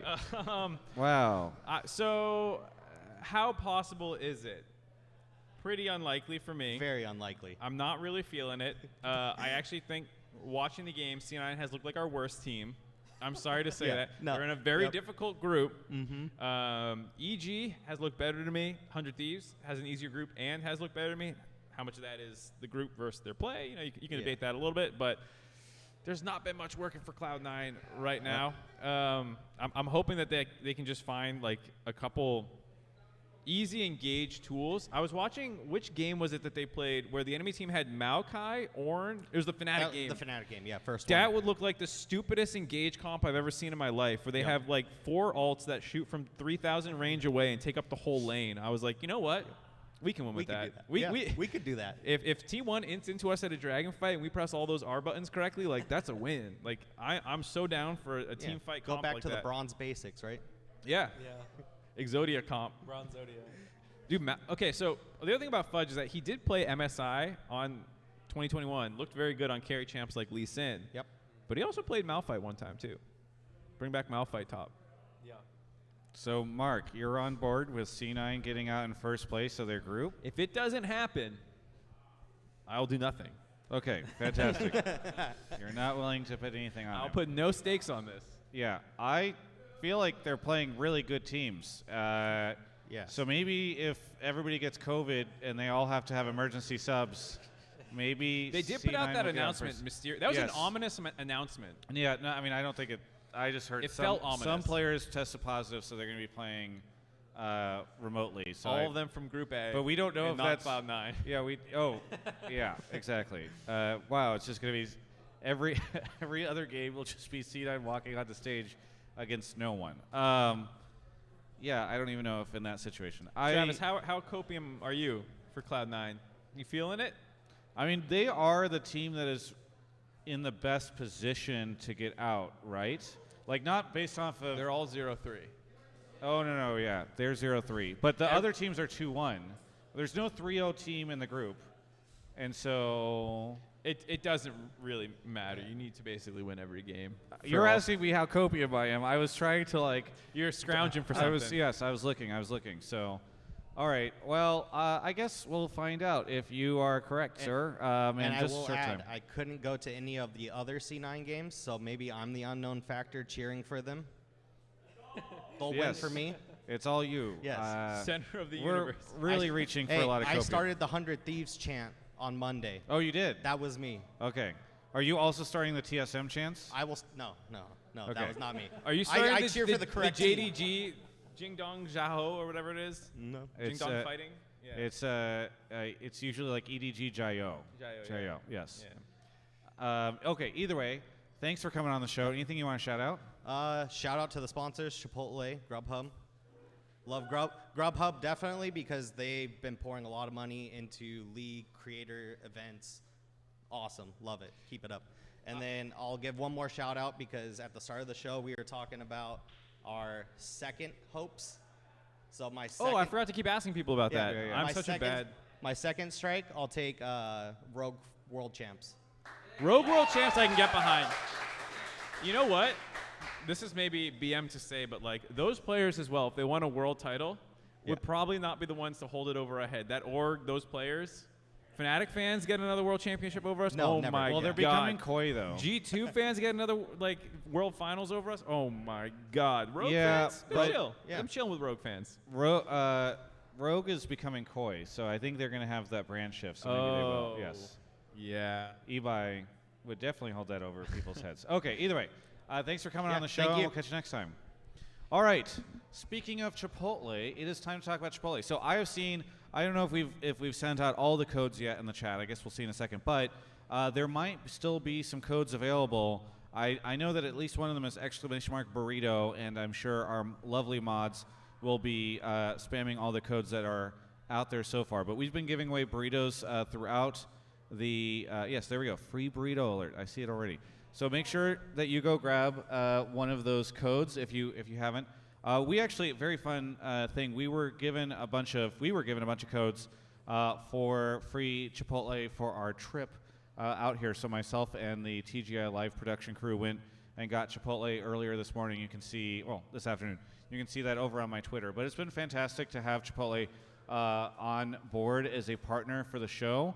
I think I mentioned this on last week's show, but one of the very first things that I ever did, content pieces, was a video that really, really old school people remember called Chipotle with Double Lift, where it was a very long interview that I did with him over Chipotle. And I did not know at the time that I was doing such a good job of securing a future brand partnership years later, which was clearly what I was doing. But it's been really cool to then have them come in and support what is the show that we're doing for the first Worlds in North America in so many years. And we wouldn't be able to do this without them. So thank you so much to Chipotle for making the tour happen. Thank you, all of you. Congratulations to the folks who are getting those codes in the chat. And anybody who's here in person. Yes, I see another one was !free Chipotle. So be sure if you do that, you text a number and you can get a free Chipotle entree. There's terms there as well. So thank you to Chipotle as well for sponsoring the show. Thank you to our sponsors. Yeah, they're the best sponsors around. Make us not need to turn to Gamba or anything like that for like some other podcasts. Mark making streamers, a joke about morally controversial upright. partners. All right. Anyway, podcast, Mark, you want to grab the next? You want me to move on from this bit? Yes. Off he goes. Yes. Who wants to come on the show? Mark is off to find you all. All right. Wait, you have a question? Yeah. How is there no EG copium? How's what? There's no EG copium. There's no EG copium? Yeah, I know. I was kind of surprised about that too. I'm not gonna lie. Like, if I had to bet any team was gonna get out, it's EG by far. Oh, really? You think EG? Yeah. Okay. Well, we'll see if Mark can find anybody who has that. Because I'm surprised. It seems like we've had the 100 Thieves take in the beginning. We've had the C9 take, and so we'll see if anybody out there is a believer in EG. How about everybody in the audience? Do any of you still believe EG can make it? Oh.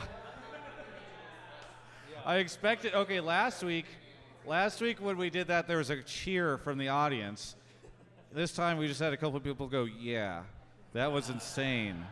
Wow, that was incredible." Okay, so we have a audience member making it to the stage right now. What are you doing, Mark? All right. Yeah, we were not on that camera. I was trying to guess it. No, you just look like a crazy person. Hello, welcome to the show. What's your name? Hello, I'm Graham, like the cracker. Okay. From Winnipeg, Manitoba, Canada. Fantastic. Oh, from Canada. Yeah. Okay. Thank you. The two guys with me didn't cheer, so apparently. What? Well, okay. So, what are you in town only for Worlds, or? Yeah, we got in this morning. Awesome. Okay. And we're here just for this week. Okay, fantastic. Well, welcome to the show. What is your take? That Rogue is going to top their group, and they're the most likely Western team to do well in the best of fives, and they will likely make finals. They'll likely make finals. I think that Rogue, if they top their group, would likely be matched against like Gen.G or Damwon, and I think that both those teams have looked kind of shaky in games, and I think Rogue has a very consistent draft in that they have this year's meta seems to be very much around 80 carries doing well, and I think Comp is incredibly under the radar and doing well this year. Well, you know what's cool about what's happening with Rogue is there was a lot of skepticism. I mean, I think we even talked about it last week. I was on a whether or not- doubter. Yeah, a lot of people were skeptical. They thought like maybe Rogue like fluked their way to LEC first seed, but then I feel like they've put all those doubters to. When you could play Lucian Nami and go 9-1 or 9-2 against Jackie Love, I think you kind of deserve some credit. Yeah, no, I mean it's been really cool to see them show up, and again, they're such a great Western team. It's so cool to celebrate Western teams, which They're is the what we're doing. Western fourth seed. Western fourth, yeah, Western fourth. Behind the North American team. Okay, I don't know about that. Okay.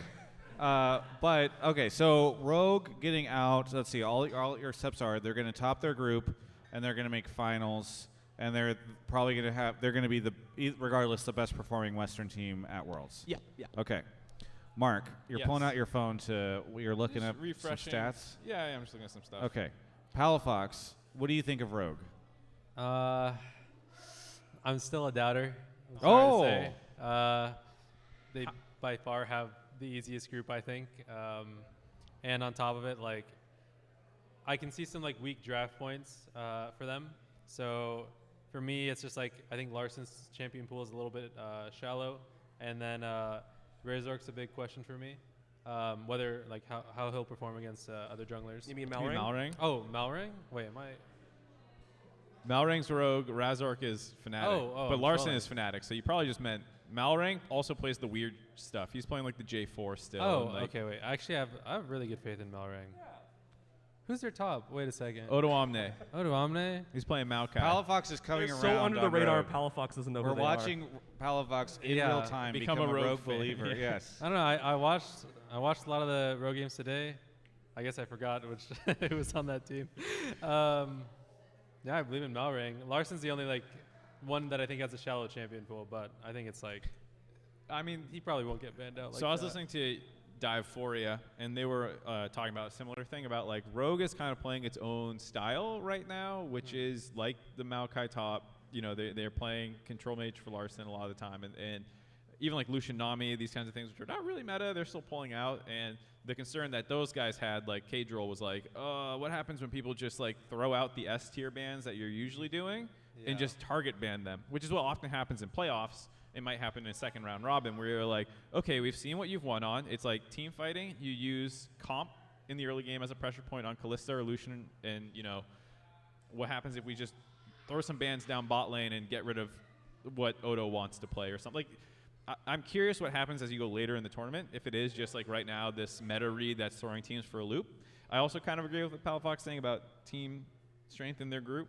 I mean, not like we have any leg room to like make fun of other regions.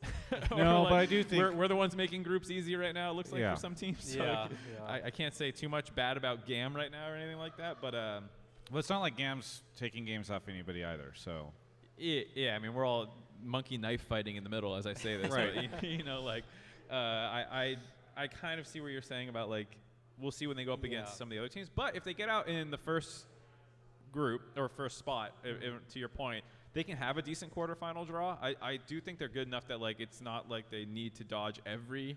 Like, it doesn't need to, like, Occasional was joking about a team kill as well, where it's like Fnatic gets 2, Rogue gets 1, Fnatic loses to Rogue, and then we have a team in semis. You know, and like, I actually think they can beat some of these other teams in best of fives. yeah, I'm very curious to see how things will go for Rogue. I mean, talking to their players in interviews, they seem incredibly confident, and I guess why wouldn't they be? But you know, I was curious if they would have felt like perhaps they fluked their way to that, or if they were surprised or anything. But they seem to be very confident in themselves, and I feel like they'll be able to do quite well. I saw an interview on the front page by one of them saying, like, yeah, we didn't think it was going to go this well. Like, Yeah. even they are a little surprised. Like, Okay, so maybe we're top of our maybe group. they're not all the same. I don't know. Yeah, well, they also only scrimmed G2, I'm pretty sure, for like the Yes. week leading up to Worlds. They like created their own little scrim bubble, and they're like, oh, by the way, it was good. It was a good scrim bubble we created, and now they're doing well. So Yeah, which it's is just not weird. always the way that goes, obviously. So Yeah, North America's like, what happened to our scrim bubble? yeah, exactly, know. exactly. All right. Either way, we'll have to see how they do. But thank you so much. Anything you want to shout out? Shout out to the sponsors, Grubhub and Chipotle. And shout out to Grubhub for hopefully extending this to Canada. So our Canadian... Yes, exactly. skip the dishes. to, you know, provide some sponsorships you know, Yes. for your Canadian fans. Yes, yeah. And, If we could unlock some multi-regional budgets for 2023. Okay, fantastic. They're working on it. Great. All right. And shout out to you guys for the content, and hopefully NA does well this year. Yeah, thank you so much. Thank you. Yep, have a good one. All right, I believe we have time for one or two more takes. Do we have any EG? Are there really nobody out there who wants to talk about EG? Has there Palafox been an was EG talking take? about Have I forgotten about an EG take? Does anybody want to talk about EG? Raise your hand. He can do EG. He's shaking his head like, I guess I can talk about them. Yes. That Right. can- I mean, it's, you go here. You find an EG take and bring them back. We'll do a quick EG take, and then we'll probably do your take about practice or draft. So come on up. Yep. Welcome to the show. All right, here we go. An EG take. Welcome to the show. Hey, how you doing? Come around. Hello. What's your name? My name's Dan. I am here from the Upper West Side of Manhattan. Upper West Side of Manhattan.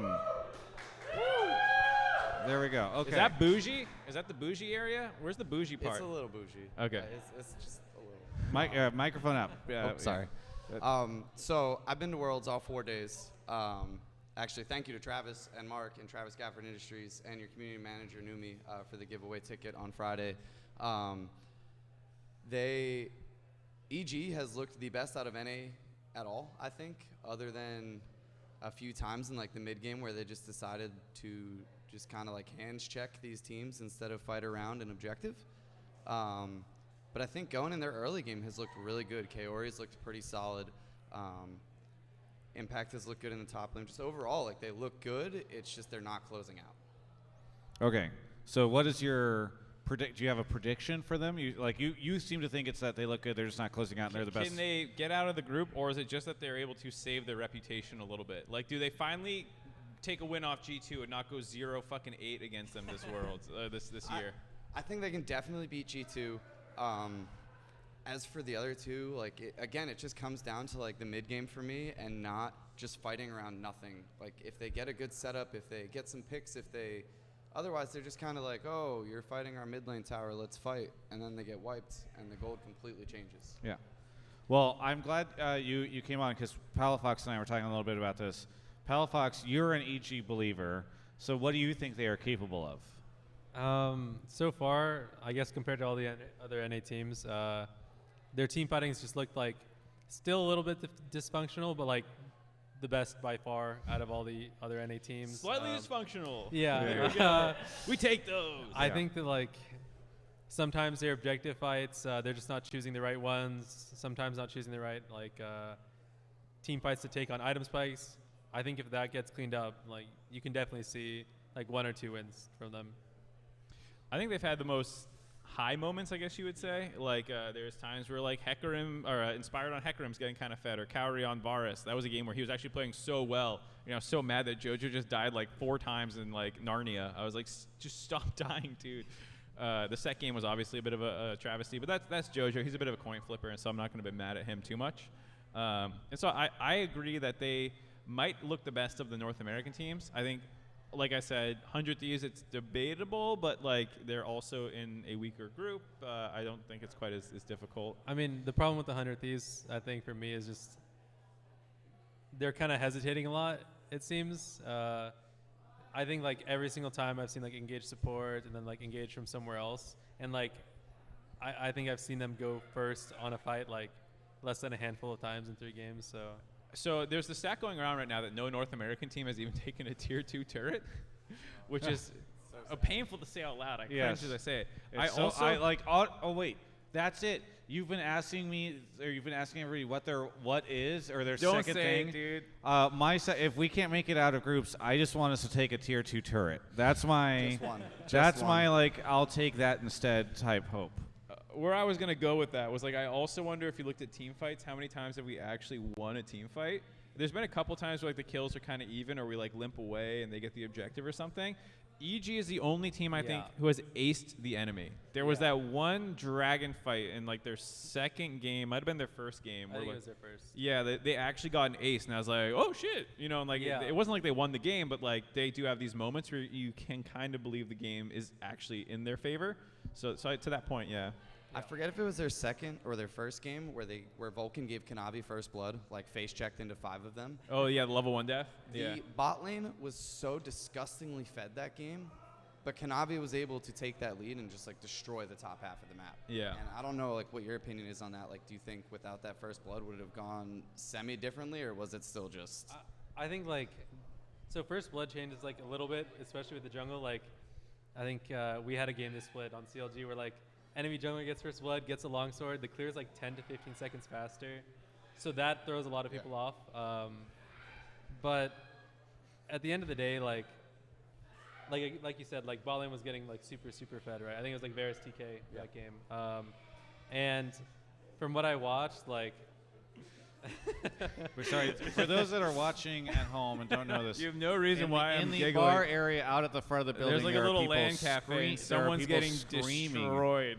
So I don't know what's happening, but anyway, yeah. Hopefully everything's okay. Please continue, Palafox. Yeah. It just kind of seemed to me like the reason they even lost that game, it's like it just seemed to me like some people were just egoing for no reason instead of just like you could have played that game very safe and slow and probably just won it from EG side. I'm sure they're also really disappointed about that one. So yeah, I people should go watch the interview that I did with Inspired, because that's where my biggest concern for EG is. He was pretty shook, I guess, after the second game. And so going to the third game, or after the third game, or their third match, he was very kind of freaked out about he just felt like he played really poorly, in part because his confidence was shaken from the first 2 games, especially the second game. And so that's a little bit of my concern. I will say he was on our show last week, but Andrew Barton, who's their GM, is in the chat. So Palafox, here's your chance to give any kind of advice to evil geniuses, because he'll be here. He can relay it.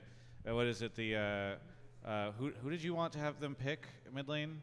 Oh, Xerath. Xerath, I don't know if that's a JoJo champ. I'm not gonna lie. Yeah, fair enough. That's a good point. You never seen a Xerath flash in like that, though. Yeah. Mana reset. I mean, honestly, it's just with EG, play with confidence. They got it. Yeah. Well, Inspired's got to get his groove back. I'm hoping that's how they're spending their time during the break, because it would be really cool. So I'm hopeful for EG. I really do. I think for me, if the region only gets 1 win this Worlds, I hope it is on EG, because I think it would mean a lot. EG over G2, we take a 1-17. Yeah, exactly. Yes, that's a great point. Yes. Yes, 1-17, but we broke the EG G2 curse.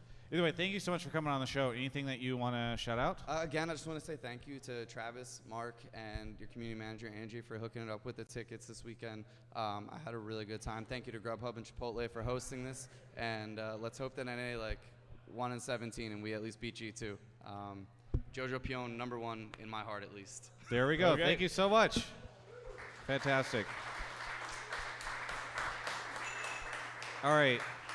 A very old name in the chat, Rux, just said NA needs to fix their pick ban. That's his assessment. It's all about drafting. What perfect timing! Yes. Because the last caller that we have, or audience take that member, we have, audience member, has a draft-related topic. Okay, fantastic. Welcome to the show. Hello, what's your everyone. name? Rudy. And where are you joining us from? From North Jersey. From where? From North Jersey. Oh, okay, very good. What do you want to talk about on the show?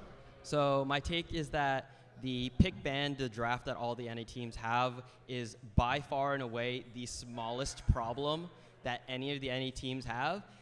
And a lot of the flack that the players are getting for their pick ban or contributing to pick ban, Fudge put me on Fiora, I think is completely absurd. There are a lot of other problems that they have. If you look at the games, it looks like they just completely forget how to play League of Legends at sometimes in the game, and it's really sad. And so I think there's a lot more in-game problems that they have to fix than just solely pitting it on draft and blaming players for preferring certain matchups and champions.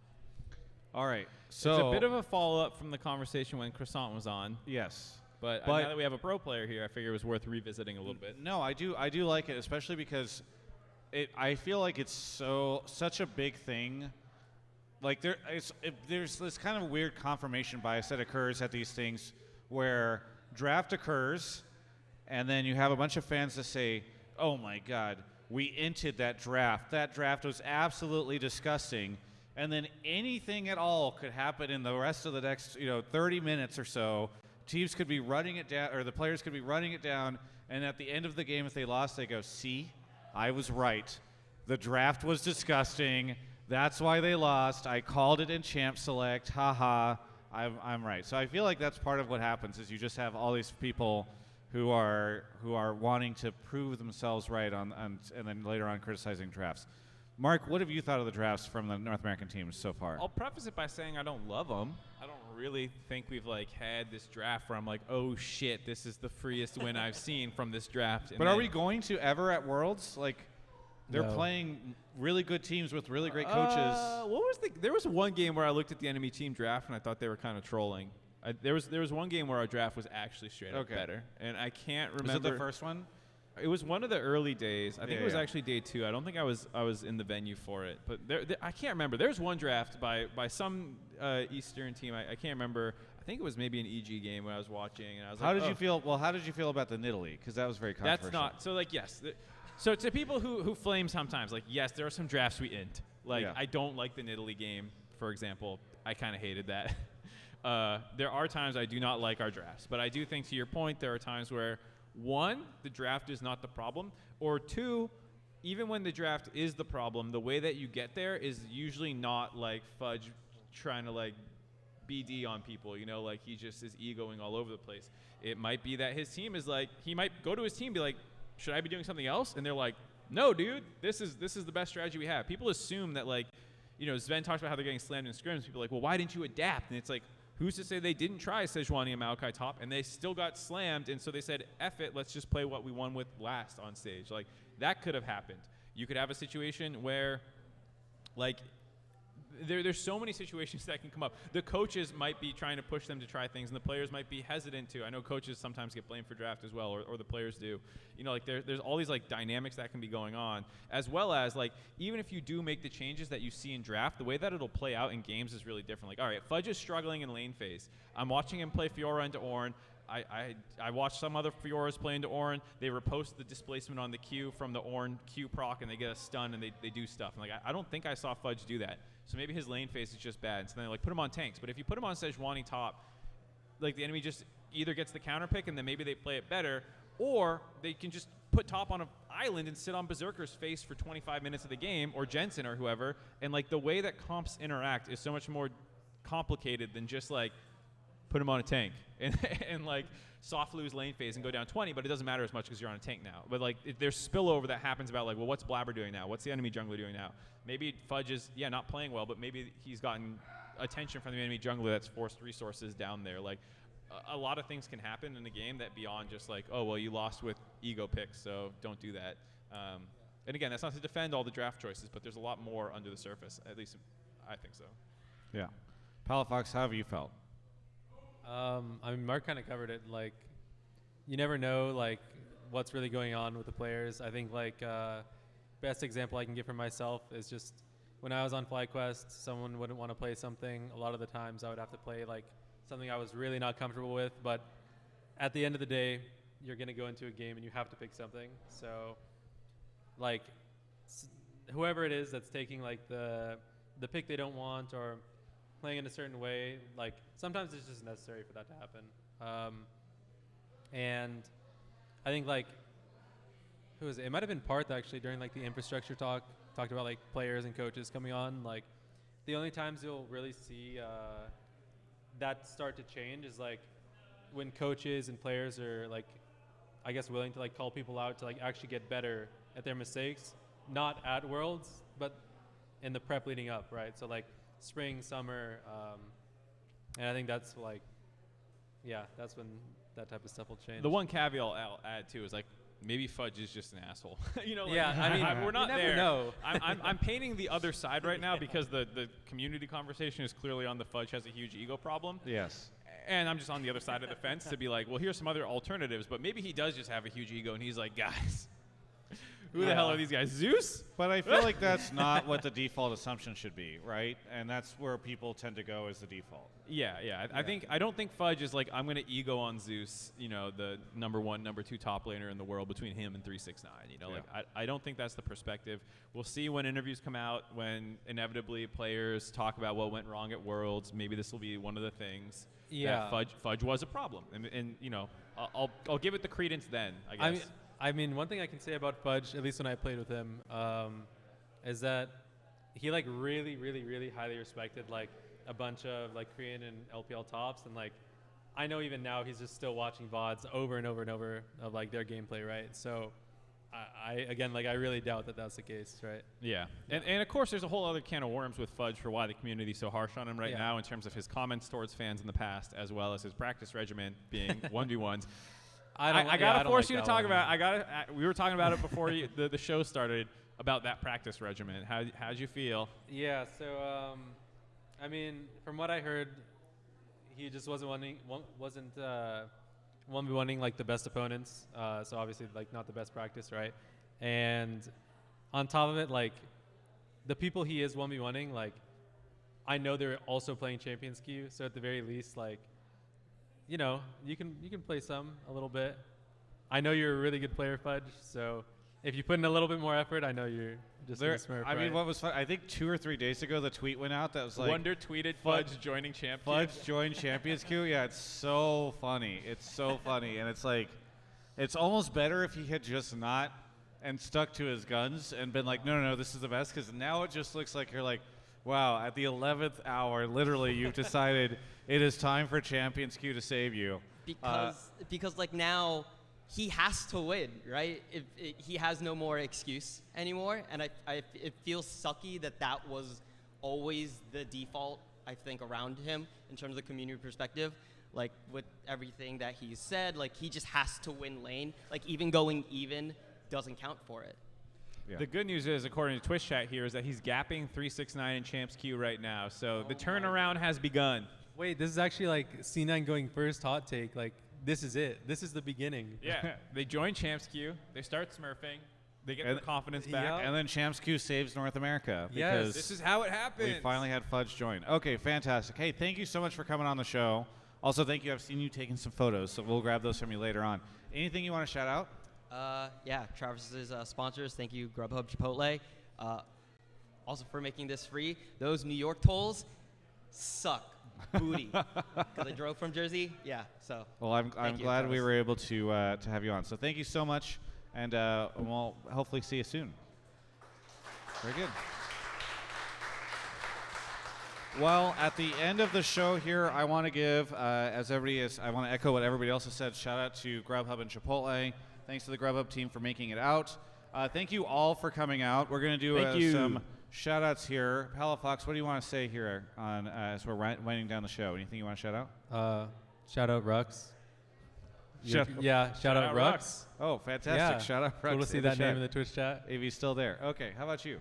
Shout out the sponsors as well, Chipotle and Grubhub, for making this possible. Shout out everyone for coming out. Shout out North American teams going 9-0 and turning it all around in week 2. Well, that's all I got. Here's what I will say. So first off, again, shout out. But thank you for everybody who showed up. If you are watching this and you are here or you're not here, but you can make it to New York next week, we are going to be doing this at the same time, 8 o'clock Eastern, at the Cutting Room in Manhattan, kind of near the Empire State Building. I don't know geography for New York at all, but it's going to be really cool. It'll be our biggest venue yet, so please look out for the Eventbrite. We're going to get that up earlier this time around, but we'd love to see you all come out. That's our last chance to see us live in New York, maybe ever. I don't know if Worlds is ever coming back after. If we go 0-18, we're getting rowdy on that. So you have to make sure that you come out. So anyway, thank you so much. Really appreciate everybody that showed up. Thank you all for watching online, and we'll see you all next week.